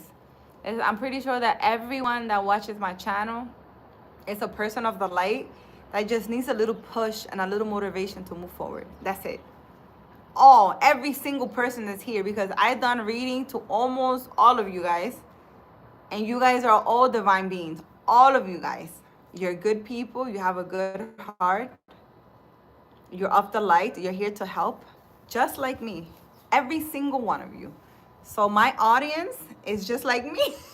It's just, some of you might be struggling a little to have faith, that strong faith that I have. Some of you might be doubting yourself a little. But with my stories, you're going to be like, but that happened to me. Oh my God, that happened to me. Oh my God. And this is why it's good for me to come out and tell my story, because we're all going through the same things. And I need you to relate and see, you're going to be fine. You're going to be okay. It takes time for you to move on from a crazy narcissist and a betrayal. I'm telling you, this man had me thinking like I was crazy. He was having me believe his lies. He will be making me doubt myself. Like, for the life of me, I think back and I'm like, how can I start doubting myself after I met this man? Like, I will see something as brown and he will be sitting next to me and be like, no, you're wrong. He wanted to make me feel like my intuition was always wrong. He would be like, no, that's not brown, that's pink. What are you talking about? And I'm sitting there like, am I crazy? Is this okay? Because I see it brown, but he sees it pink. Oh my God, I must be wrong. The whole relationship, it was like that. It was insane. The whole thing was insane. The whole thing was insane. He wanted me to doubt my intuition. So I didn't notice all the nonsense he was doing, all the betrayal he was doing. That's what he was doing. But I still don't understand how a person walks around lying like that and making it believable. Because I can't do it. I mean, I don't know how people do it. I really don't. I'm a loyal person when you talk about, you're a loyal person, Willie. Hola, Carolina. Hola, Patty. Patty, we're talking about you just now. That you and Sarah are like the two women that come on here and talk. And, you guys are just like me. And you come on here, have conversations with me, because a person of the light notices when there's another person just like them. You guys don't come from jealousy. You guys don't come from hate, And I was telling them how 40% of my viewers are women, and the only two that comment and like and all that is you two. Everybody else is in the back, not subscribing, not liking, not commenting, just staying low, just watching me from afar. Some just want to be nosy. What is she doing? Is she back with her ex? Oh my God, does she have the money? Where's she going next? Where's she getting her money from? And all this nonsense. A bunch of haters. But we love you too. It's okay. Keep watching, because things are going to get a lot more interesting in a couple of months. I cannot. James, you have kids. You look so free without a care in the world. Well, James, I have a 16-year-old and I have a 20-year-old. My 20-year-old is working. My 16-year-old just got from school a couple of hours ago. She made herself pasta and gave me some, and it was delicious. Will you like some too, James? It's crazy. You've been through all that and you look half your age. You know what they say? I've been through a lot. That's another thing. A lot of people say that I don't look like I've been through anything.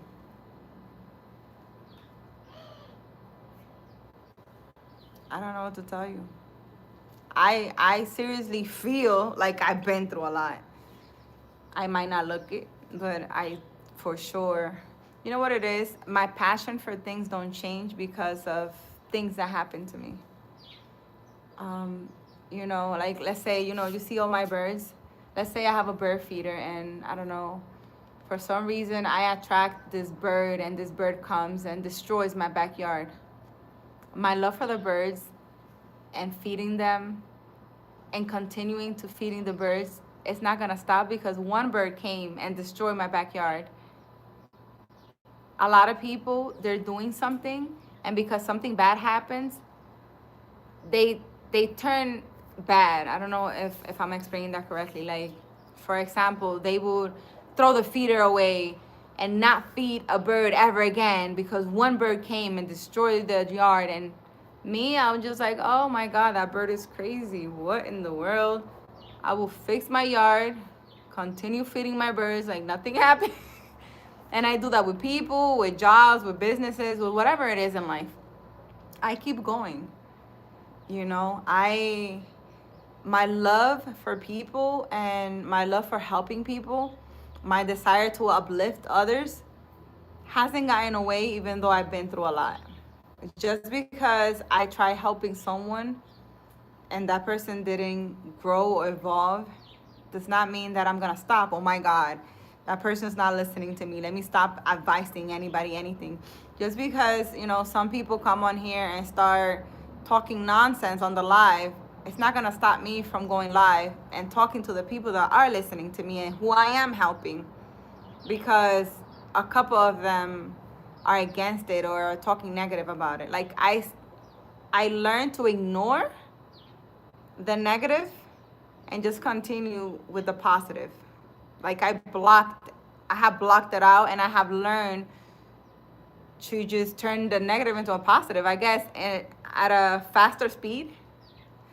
I don't know if I'm explaining that correctly, but yeah, I don't, that's what's happening. Just because I had 100 boyfriends and they were all a-holes does not mean that I'm not gonna meet 101 and he's not gonna be nice. I have a lot of faith that I'm gonna meet an amazing husband and he's gonna show me what a man is supposed to be and how amazing men are and how a husband is supposed to be. And he's gonna be so wonderful and amazing to me that all my exes are gonna be like, I need him to come and do that. Come and do that, boo. Come show them how to be a man. What happened to your marriage plans? What marriage plans? I used to glow like that. JM74. I think your teeth look great. God bless. Well, thank you. Cute world. Hello, my beautiful soul. Hi, cute world. How are you feeling today, cute world? What are you up to? It's like right now, Carolina, you don't have nobody, but the moment you get somebody, everybody's coming to you for a date. Willie, I wouldn't say that. There's a lot of people that have said they're interested in me, but I haven't seen anybody show any effort into being with me. And I don't listen to words. Not anymore. I used to. I don't anymore. A guy will say, oh my God, I'm going to bring you the moon. And I'm like, oh my God, he's going to bring me the moon. No. Right now, I'm sitting here and I'm waiting for you to bring me the moon. And I'm not even going to tell you anything. I'm just going to sit here and be like, okay, so he says he's going to bring me the moon. Let's see. As I go about in life and continue living my life, I'm going to see if you're going to bring this moon. Where is it? I don't have the time for the nonsense.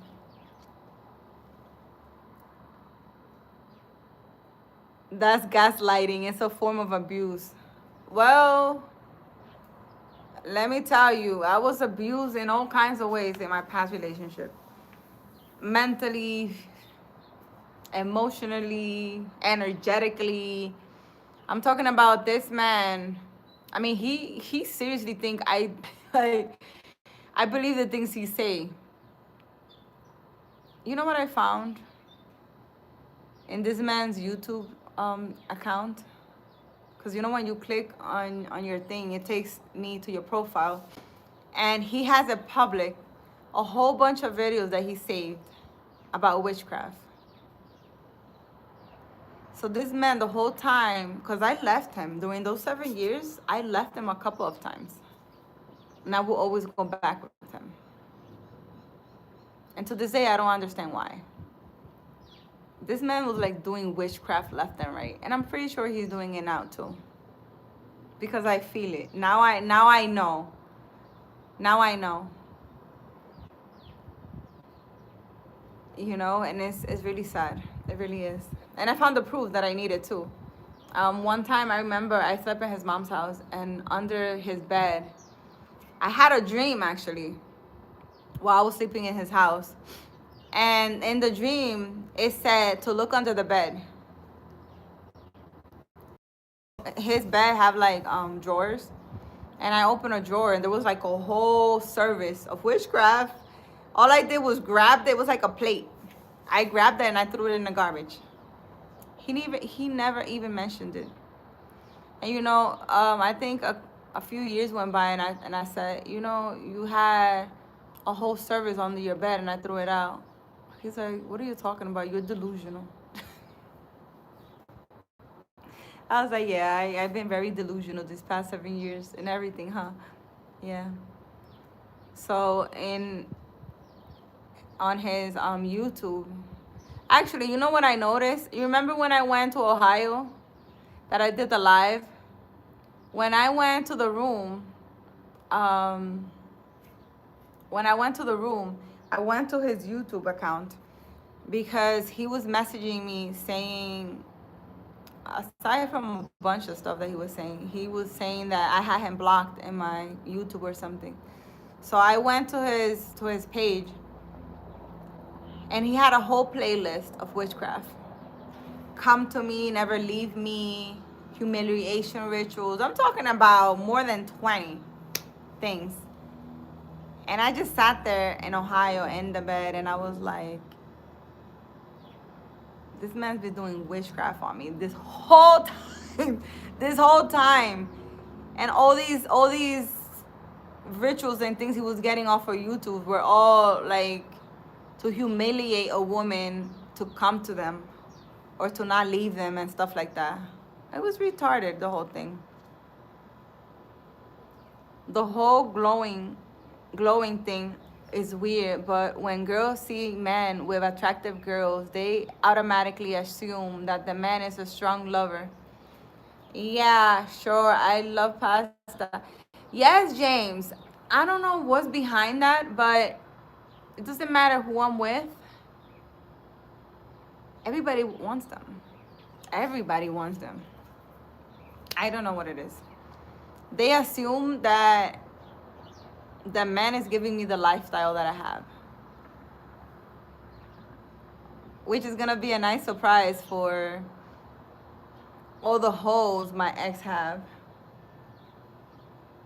because I'm pretty sure they're realizing that he don't have shit, that my lifestyle is my lifestyle, that I give my lifestyle, nobody else does. So now that I moved from New York and I'm not there, I'm pretty sure they're noticing. Surprise. You should have married me. You should have F with me. You should have cheated with me, not him. I would have helped you out, honey. I can't. Amen. Reply to your husband wishes. Reply to your husband wishes. I don't have a husband. What? You said there was a boyfriend who had money and y'all were thinking of marriage. So I asked what happened to y'all friendship or bond that those plans didn't go through. Because he had a whole wife back in his country with kids. That's what happened. Something else happened. He was a whole cheater and player, and he still is. He still is. Because at that time, he was married, right? We separated, we didn't get married. He cheated again on his wife with a woman in his country and had a baby outside the marriage. So him and his wife split. Now he has a different wife, and he's still cheating. He's still cheating. He's a cheater, player. I don't know. I don't know. I don't know if he has changed. Maybe he's changed. I praise to God that he has changed. But he's a whole cheater. Hi, Davies. Arizona's great. ¿Cómo te sientes? Me siento bien. A man doing witchcraft. Yes, bebé. Yeah. Yep. And I'm here and he's still doing it because I sense it. Those nights when I can't sleep at night and I start thinking about him, I feel it. I feel it now. Now I'm more aware of self and I feel when someone's doing something to my energy. I feel it. Before in New York, I was so busy always, with the fast-paced life in New York, I didn't notice the feelings. Now I do. So all I do is, I come and ground myself. That's it. I don't think he gets the point yet. Maybe if he's like, I don't know, because, there's a lot, he's going through a lot right now. Maybe if he find himself in the streets, like literally, physically, maybe he understands that he shouldn't be doing those things to me. Because let me tell you, throughout the whole relationship, I used to tell him all the time, a lot of things used to happen to him. A lot of different weird things used to happen to him. And I used to ask him, I'm like, are you doing something to me? Are you cheating? Do you have bad intention towards me? He's like, no, you're crazy. What are you talking about? Everything that happens to me now, you're always trying to make it seem that I'm doing something to you and that's why I'm going through stuff. Yes. No, you're crazy. So anytime something happening to me now is because I'm doing something to you, blah, blah, blah. Yeah, that was the reason why. Because I noticed, usually when a man is with me and is faithful and is nice to me, he grows. He will grow. If he has a business, his business will start booming. If a man is not loyal, if a man is betraying me, talking bad about me, whatever he's doing that's not good for me, he's betraying me, a whole bunch of stuff be happening. Like he will lose his job, he will lose his business, he will lose his car, a whole bunch of, like different stuff. A whole bunch of stuff always happening to that. I used to feel bad because I'm like, damn, why is things always happening to this guy? Like, what's the problem? Well, now I know what the problem is. He ain't, in 7 years, he didn't understand, and he hasn't understood yet. As soon as I left New York, he wasn't having as much job. Everything went downhill for him. It's because my energy kind of separated from his. And I was the one, lifting him. But he gonna know. I mean, I don't know. How do you explain? I seriously think that he's either slow or really got mental problems. Because I'm telling you, all the things that are happening to you is because you keep messing with me. Stop. Move away. Stop thinking about me. Stop doing witchcraft to me. Stop doing all this nonsense. Stop it. You don't need to be with me. Right? Well, right now, he's not with me. But when he was with me, you could just separate from me and have all the holes you want. Why would you want to hold someone hostage with you so you can cheat and do all these things? The whole thing is diabolical. At this point, I think the whole thing is diabolical. His mom, his sister, they're all from hell or something. I don't know what to tell you. People from hell. I don't know how to explain it. Hi, Big John. I was thinking being with you just based on your personality. I like your skin color as just to let you know. JM, I think you done a great job on your nails. Looks very fine. Reply to your husband wishes. You say you want a good husband. That's why I said amen. JM74, what? You would be in my thoughts and prayers, but I don't think you need my prayers because I think you're already blessed. Thank you so much, JM74. You can never get enough blessings and enough prayers. James, when I wore my engagement and wedding ring, then all the women flirt. But whenever I didn't wear it, only my usual 500 daily, just joking. I'm humble. Women flirt. Funny, I'm from the Bronx, but I live in Ohio right now. Really, James? James, so are you still married? And did you cheat? Because I think that's a huge test. That's a huge test. You know, there's a yeah, I'm gonna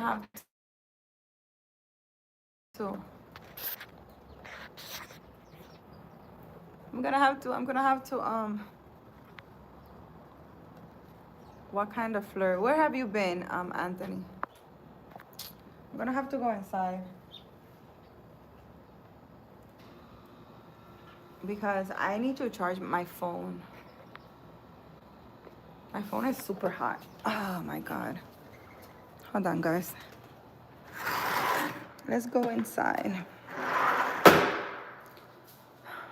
Dios mío. Hold on, hold on, hold on. Hold on, hold on, hold on. I think my cats are sleeping. We don't want to disturb them. Hold on, I gotta go get my charger.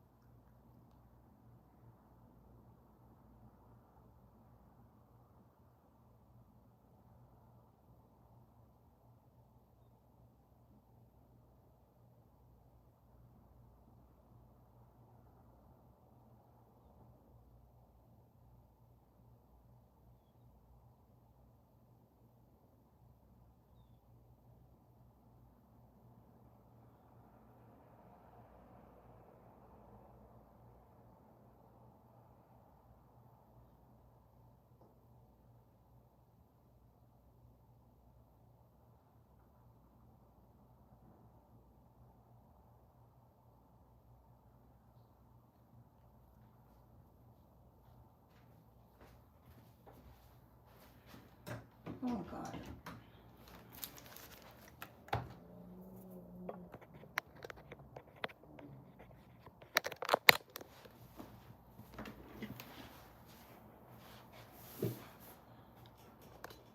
Alright. Damn, I feel like this thing is all crooked. Anyways, what was I saying? I gotta be quiet because my baby's sleeping. I forgot what I was saying.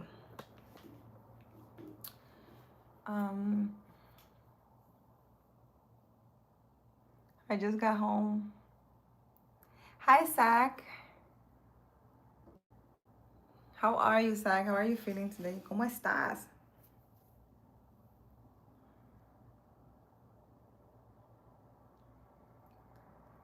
I forgot what I was telling you guys.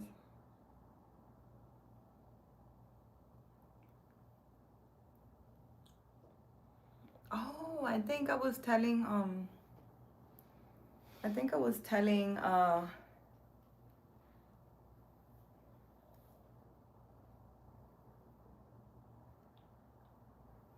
you guys how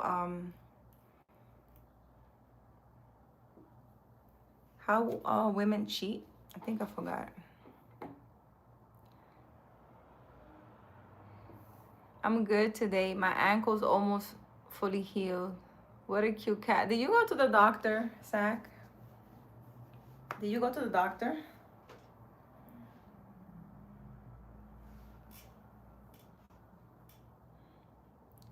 I miss my Da Vinci orange baby from my old place. Oh, right. You said you couldn't take the cat with you, right? That's what you said? Because he was an outdoor cat? You need to check your thing and see if it's good. What do you mean?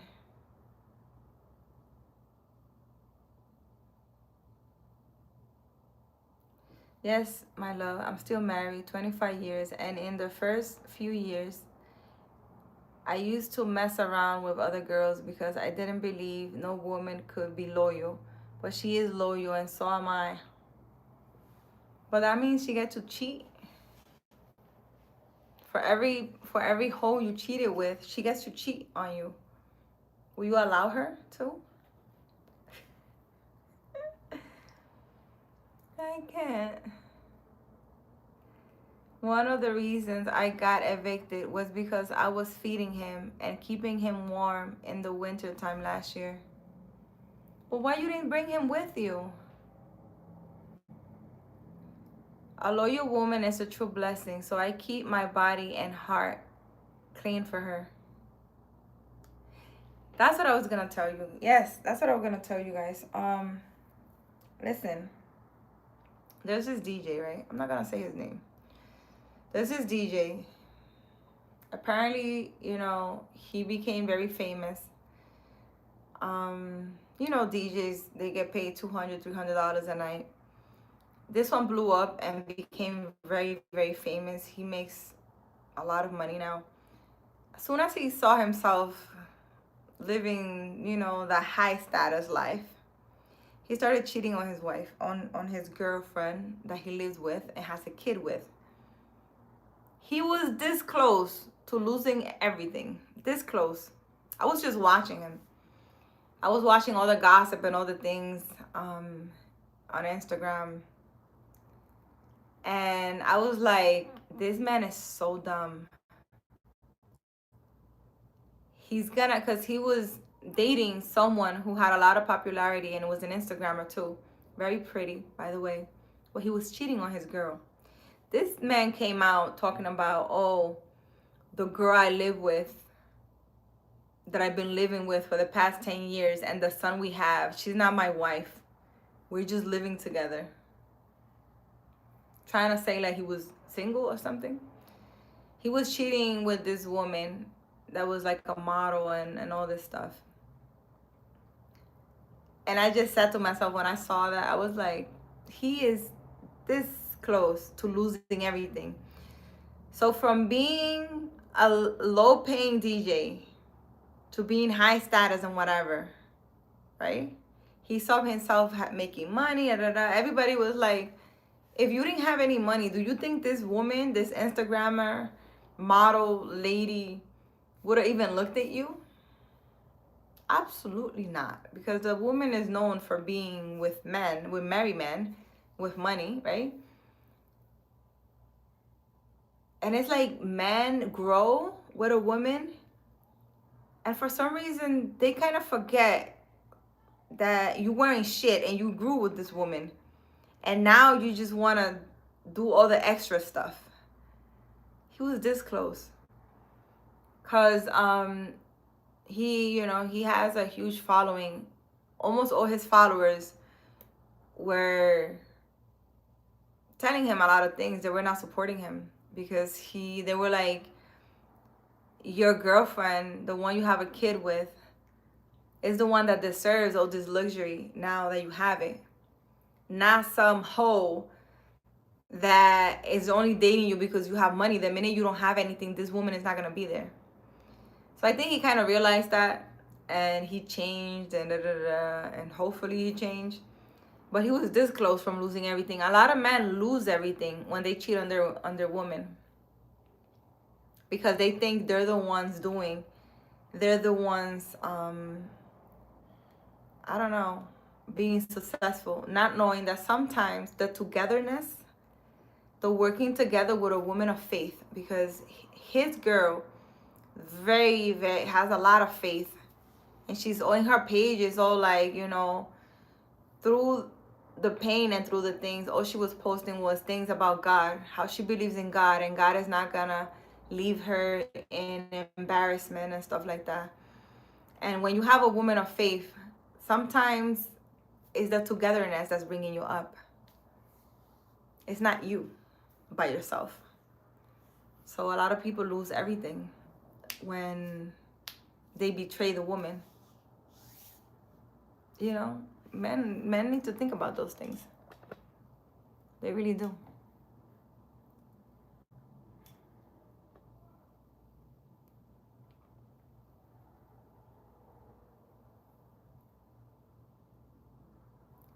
Then Lalo threw out my shelter and food and pretended he didn't know anything about it. Wow. Because we aren't allowed animals in our new place. Oh, I think your choice of cat says a lot about you. The word quality comes to mind. I will think those plants are real after meeting you. Also, the owner lived across the street from us and thought they didn't keep him warm. They fed him, I think. I think they could have treated him better, and I would love to bring him to my house. Oh wow. I hope that works out for you, Zach. It's very sad when people don't love animals. They don't have any sympathy for animals the way I do. Rashid Kang, hi, how are you? How are you feeling today? Happy Monday. I have a 16-year-old daughter who looks just like me, but with hair down her back. She has green eyes like me, and we are your color. She is gorgeous, so I'm getting scared of it. It's time for boys. James, you know that's something that I used to tell my ex a lot. Sometimes we do things in this lifetime, and our kids get to pay for that. So usually the players, when they have a girl, their daughter gets played a lot. She goes through all these players. She falls in love with the biggest players, just like that. And it's not their fault, but you know, we need to think about the things that we do in this life. We really do. I don't know. I don't know how hard is it to be a good person. Like, be a good person. Stay to yourself. Protect your energy. Stop worrying about what the other person is doing. Worry about yourself. You don't need to harm anyone. Work on yourself. If you're so busy working on yourself, you won't have time to worry about what the other person is doing. I don't understand how people have time to be players. Because that means you're not putting enough effort on your wife. That dinner you did with the hoe, you could have bought nice flowers for your wife. You could have taken her to dinner. And doing bad to people, animals, and all these. I don't know how people how you guys have time. I don't know. How do people have time? It's not that hard to be a good person and worry about yourself. Sit down, think about your life. What do you want in your life? How you can't manage your life and you're over here thinking about who the neighbor is effing with, what the neighbor is doing, who they're with. How do people have time? I don't know. Cause I have so many dreams and goals and things that it would just be very weird for me to be thinking, I wonder what the neighbor is doing. I wonder what the neighbor ate today. I wonder if like how, or even a cousin or a brother or a sister.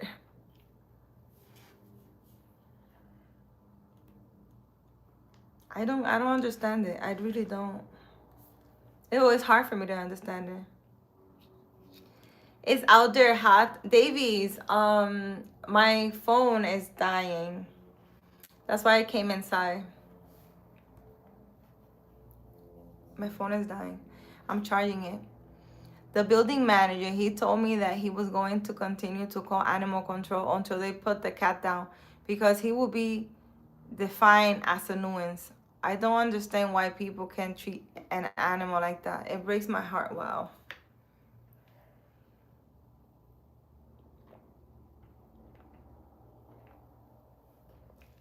Sometimes animals can be lessons. Those are things that you also pay for. You can't be walking around just harming things, living things at all in this life. You gotta be more mindful and more aware, guys, of the things you do, the things you say. You just talk positive things. Only talk about the things that you do want. Talk about the things that you do want. Ground yourself daily. So anybody with bad intentions doing anything to you, everything could just go out of your energy. Focus on yourself. Erase all those people from your phone that are not good for you. I'm to the point where I think that my contact list is about to be 10 people. I'm gonna change my number. I decided to change my number and erase everybody in my contact. Everyone is being erased. I'm gonna have like 10 people in my contact. And the people I give my number to, I'm gonna send my new number with a little note. Hi, this is Carolina. Please do not give my number to anyone. And if they do, they're getting blocked. Because it's come to the point where I feel like just me having contact in my contacts, people that I know don't want my best interests at heart, I feel like, I don't know, like, why are you there? You shouldn't even be a contact on my phone. And I seriously mean that. And you know, that's how serious I take things these days. I wish I knew though when I was in my 20s. I think we would have gotten about on purpose a little faster, you know, but I guess I had 20 years of lessons. 20 years of intense lessons.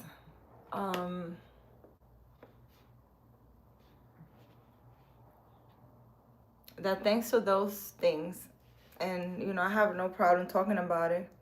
Thanks to those things, I'm the person who I am now. Because if I didn't go through those things, then I wouldn't be here in Arizona, I don't think. I would have been very comfortable in New York, running around like a chicken without a head.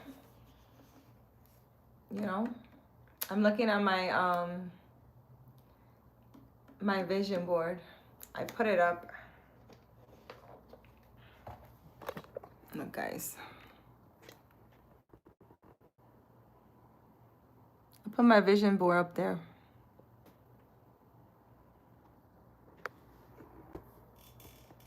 So that when I sit here, so I'm always sitting here. When I sit here, I can stare at it. My hopes and dreams. My hopes and dreams. I think I'm going to have a nap. I hope you're having a wonderful day, and I hope you have a wonderful rest of the day. Thank you so much, Zach. Have an amazing day. My babies are taking a nap. They're all sleeping here. I should go take a nap too. It's 2 p.m. here now. I should go outside and go under my hammock and continue writing what I was writing before I went live. I keep forgetting that I go live and then I start blabbing off and I forget what I was doing in the beginning. People are trying to find AI dates these days. I don't want to feel so old in these times, but it is what it is. AI, Asak, please fight for that cat. I know. That is so, like, why you don't, yeah. I mean, you don't have to tell the people that where you live that you have a cat. You know that Actually, Zach, there's a thing called what is it called? There's a thing where you pay and they give you a paper, and it says that the cat is a support animal and the landlord can't do anything about it. You know, you could do that. So you could bring the cat to live with you. Because maybe you're his savior. Maybe God is testing you to see what you're going to do. I don't know. Thanks for the positive message, and give pets to your cats for me. Oh, my babies are so cute. They're sleeping. All of them. That's what they do.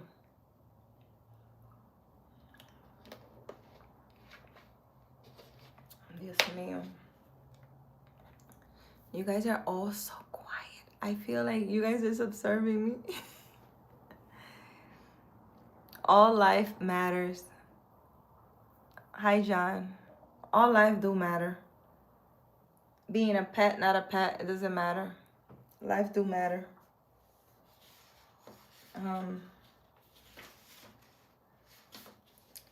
We need to make sure that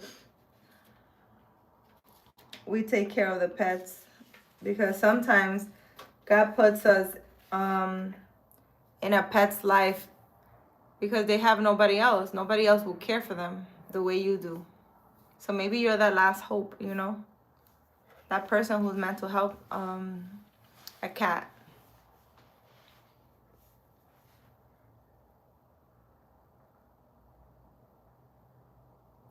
I think when you have a pet and you have kids, you don't only think about yourself in life, but you think of being that provider for them. Because I think about that very often. I'm like, my kids and my cats, it's like I'm all they have. So I gotta make sure that I'm taking good care of them all the time. And I think that my pets and my kids have been the biggest motivation for me. When going through all these things in life, when you have a pet and you have kids, I think it doesn't give you an opportunity to be depressed, because you need to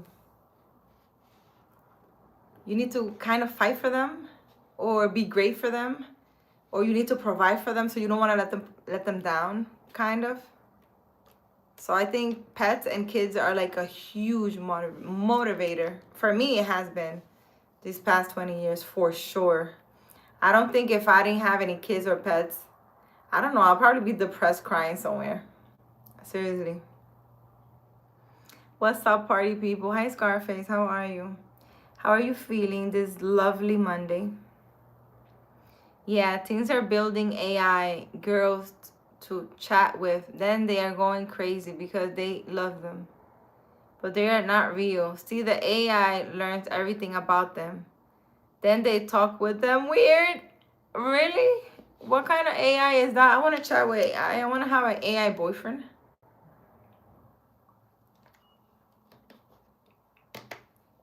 I want to have an AI boyfriend. What's the app? What's the thing? Tell me. I want to chat with my AI boyfriend. What? Can you imagine? That'd be crazy. Could be different for everybody. I'm sure like things are. But I had pets and I've had family responsibilities, and you can still be depressed through handling business. It might give you time to not think about it, but it's still there. Yeah, Scarface is still there, but I feel like, you know, like the times that I've cried because all the things that I've been through, I always had to show up happy and strong for my kids. I've never allowed my kids to see me crying at all. I could be going through anything and they wouldn't even know. And I feel like if you don't have the kids or the pets, then it's like you don't feel that love. So you go into a deeper depression kind of thing, I feel like.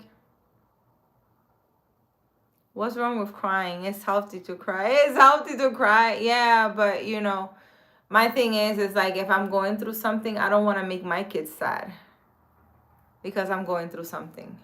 Even though they notice, they're not, you know, they're older now. They're not dumb, so they see when I'm sad. But you know, many times I would be crying and I would be hiding crying from them in my room, or you know, like I will wait at night when I'm in bed. All those feelings will flow through. Like, okay, Carolina, you've been strong the whole day, and you let everything out while you're falling asleep and crying to sleep, kind of. Um, but yeah, I feel like my kids and my cats definitely helped a lot, because you know, I guess when I start doing story time, I'm gonna start putting all my stories out. I've been through a few things. I've been through a lot. It's been crazy. It's been a crazy ride. But it passed, right? So we're good. Crying is strong. Many people think it's weak. It's actually, especially in men, try to keep a fade up, a facade up, macho when tears are released. Yeah, that is very true. Men need to cry and let their emotions out. Because a lot of time men hold in their emotions and that's not healthy for them. It's really bad for them. It's really not good. I don't know what's wrong with my phone.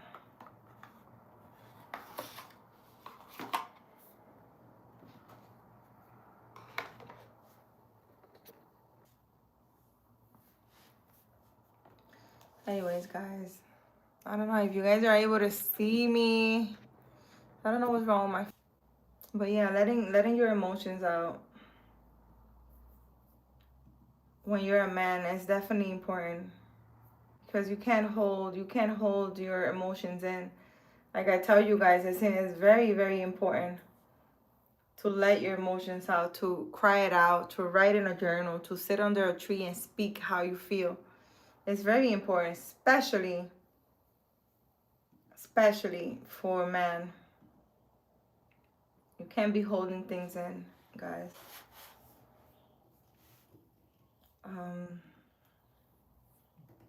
It's not healthy for you.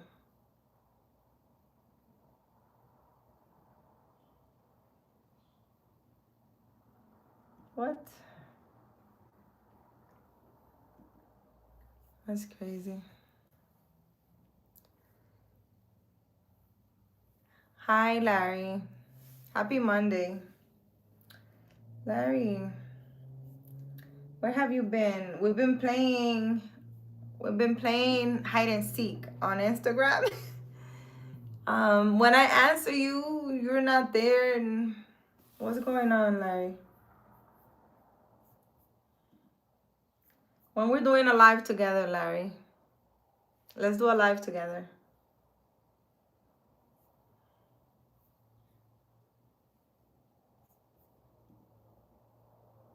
I know you're used to me getting on live early, but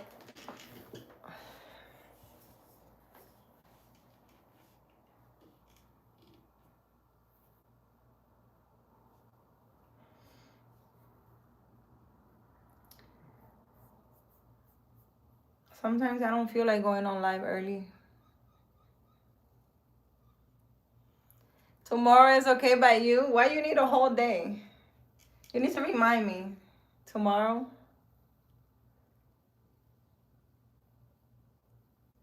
I am 5'9". I'm a little tall. Just a little. I'm a little tall. I'm a little tall. I don't want to be here anymore. I feel some type of way. I'm feeling stressed just sitting here talking.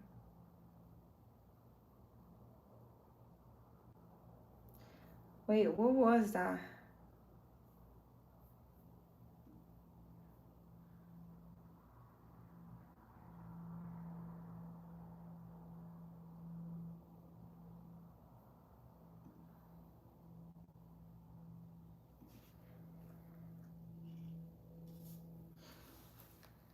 Ain't it great that you don't go to a 9 to 5? No. Caro, you look tired. I am. I'm getting off this live. I feel tired.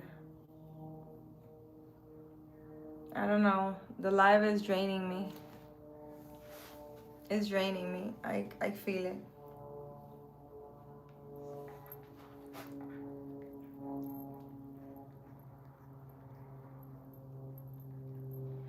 Ain't great that you don't. How you doing, babe? How is your day going? Hi, 40 Boom. How are you? I'm doing great. I'm already like when I'm bending, you guys gotta notice that I feel a little stressed. Just a little, guys. Just a little stressed. I'm a little stressed.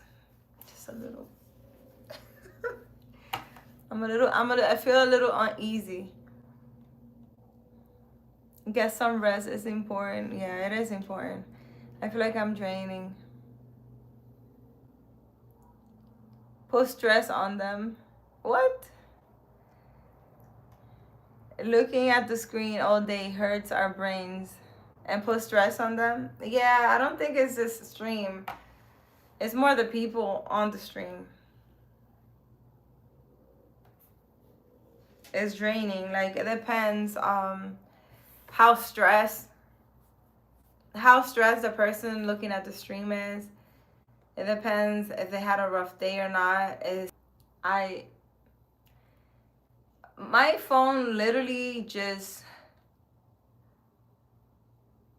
it literally froze.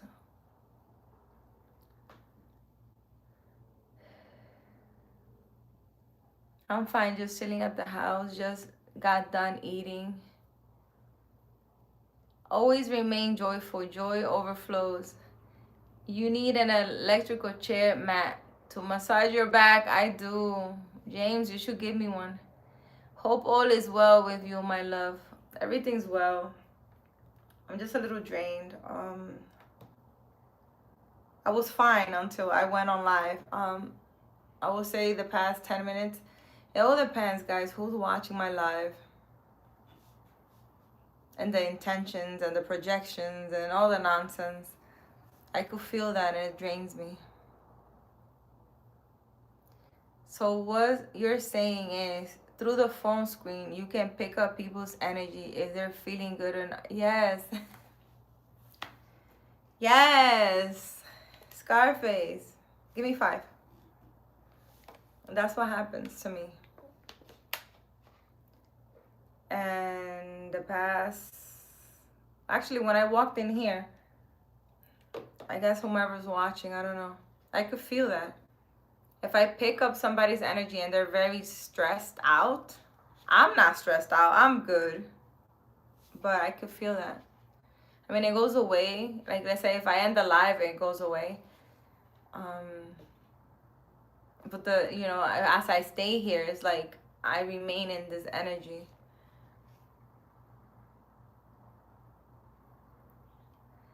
Well, always bring positivity in the chat. Scarface, you didn't know that? I talk about that all the time. Relax, hon. Get some rest. Yes, 40 Boom. Hello, before you go. Divine Presence, how are you? How are you feeling? I'm doing good, guys. I thought it was because you really want to be out with a special new person in your life rather than meeting so many people on a live. What? I thought it was because you really wanted to be out with a special new person in your life rather than meeting so many people on live. I don't understand. What are you saying? You thought that I wanted to meet a special person rather than meeting people on live? What? What are you saying? I was saying always bring positivity in the chat, so it wasn't me. Yeah, Scarface, you probably the one stressed.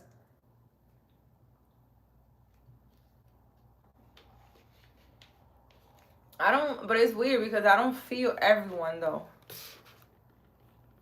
It's just like certain people. I don't know who, but if there's people watching me projecting or hating on me or saying things negatively about me and stuff like that, like I feel that and I feel heavy.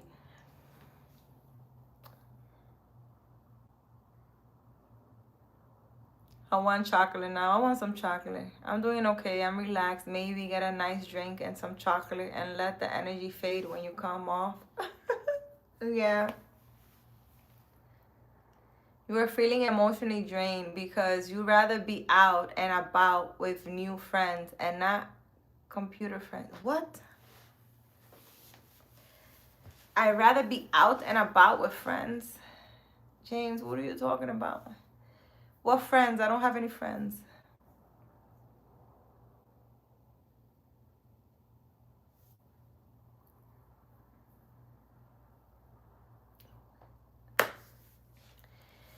What are you saying, James? These days people are into many computer friends. I don't know how healthy that is. And sometimes we don't even have to be around people or friends or new friends. We can be okay with ourselves. Yes, you do. I'm your friend. Divine Presence, you are my friend. My daughter doesn't have friends, so she cries because she's only popular on TikTok. Oh, yeah, social media. Yeah, social media can be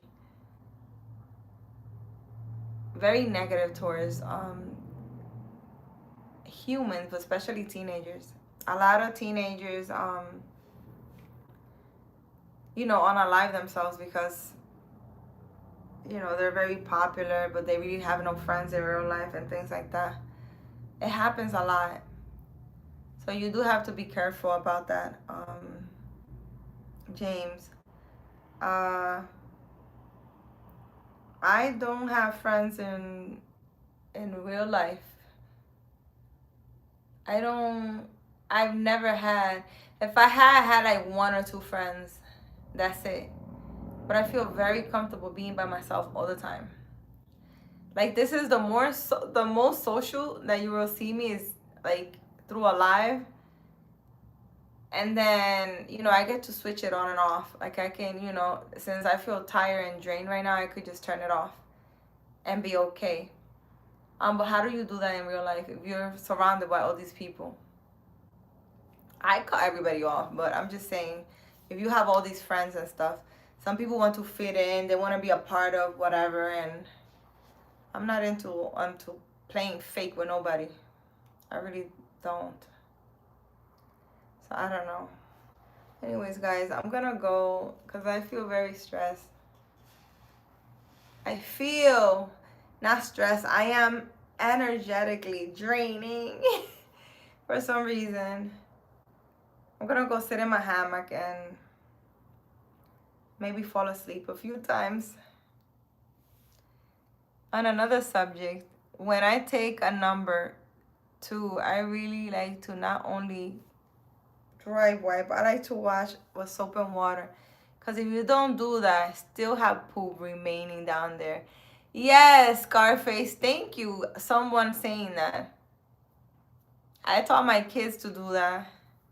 And I met people that don't do that, and it's disgusting. I like tea and coffee, Divine Presence. I was very popular in both Ohio and in the Bronx with hundreds of friends. So I feel sorry for my daughter, but I don't know how to fix it.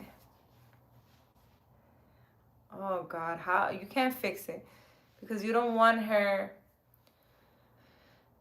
to have the wrong friendships just because she feels lonely. She needs to learn to be alone and do things by herself and be happy.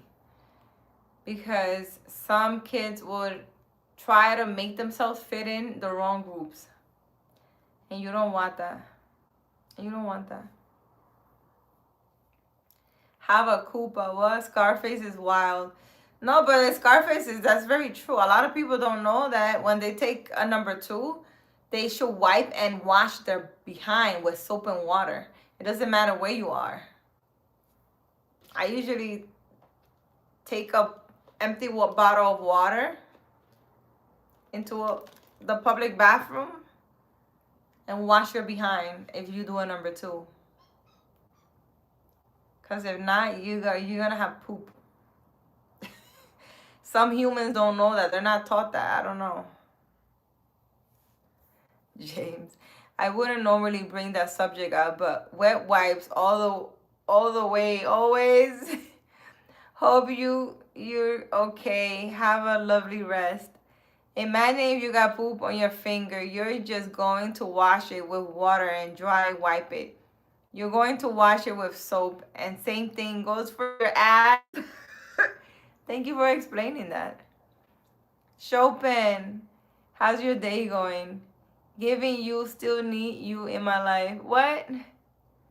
Giving the world your grace and wisdom. I love you. Still need you in my life. Oh, Chopin, how are you feeling?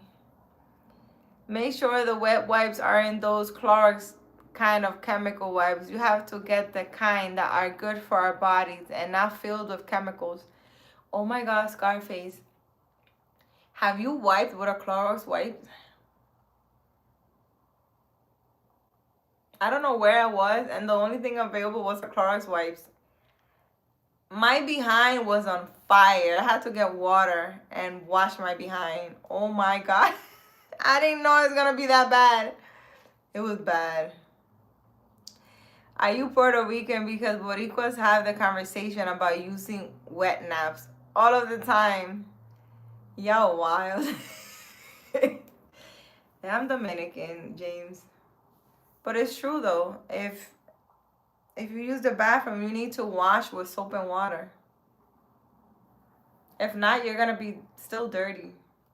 Hi Zoe, how are you, Zoe? How are you feeling today?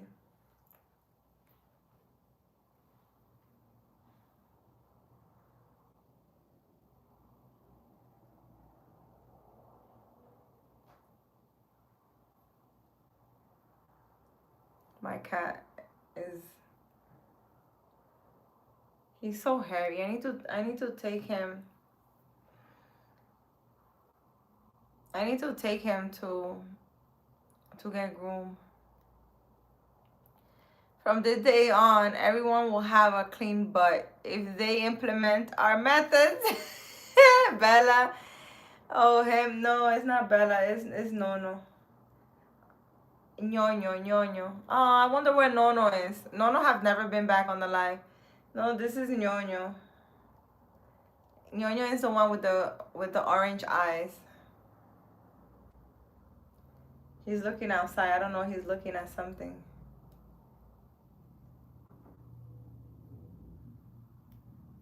He's so hairy, but he doesn't let me brush him. He be having hairballs all the time everywhere. He needs to let me brush him.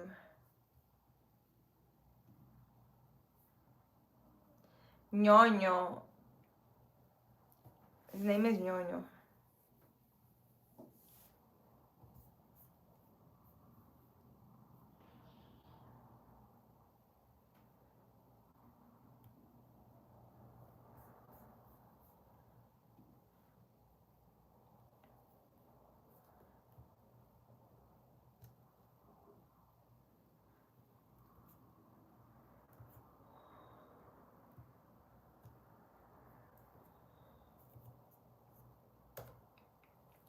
Like that. That's how you spell it.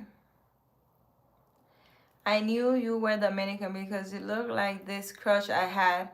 I had a Dominican girlfriend named Haiti, but I loved her friend Awilda so much, and you look just like her. What? James.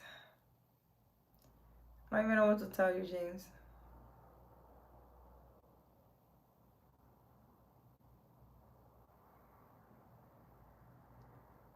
In DR, they call the street blocks manzanas or apples. Dale la vuelta a la manzana. Yeah, we Dominicans, we be making up our own stuff. Very interesting, but yeah. Just to let you know, you're like my sister, because my other one's a bitch. Scarface, what? Just say coño. Coño. Coño. That's how you spell coño, but coño. It's not spelled like that.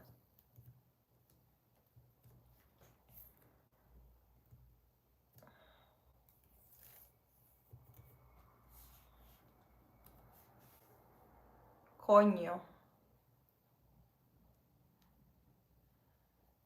Conio. How you wrote it says conio. But I know what you mean.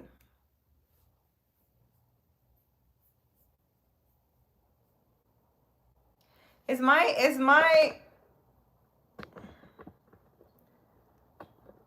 thing still like look fuzzy?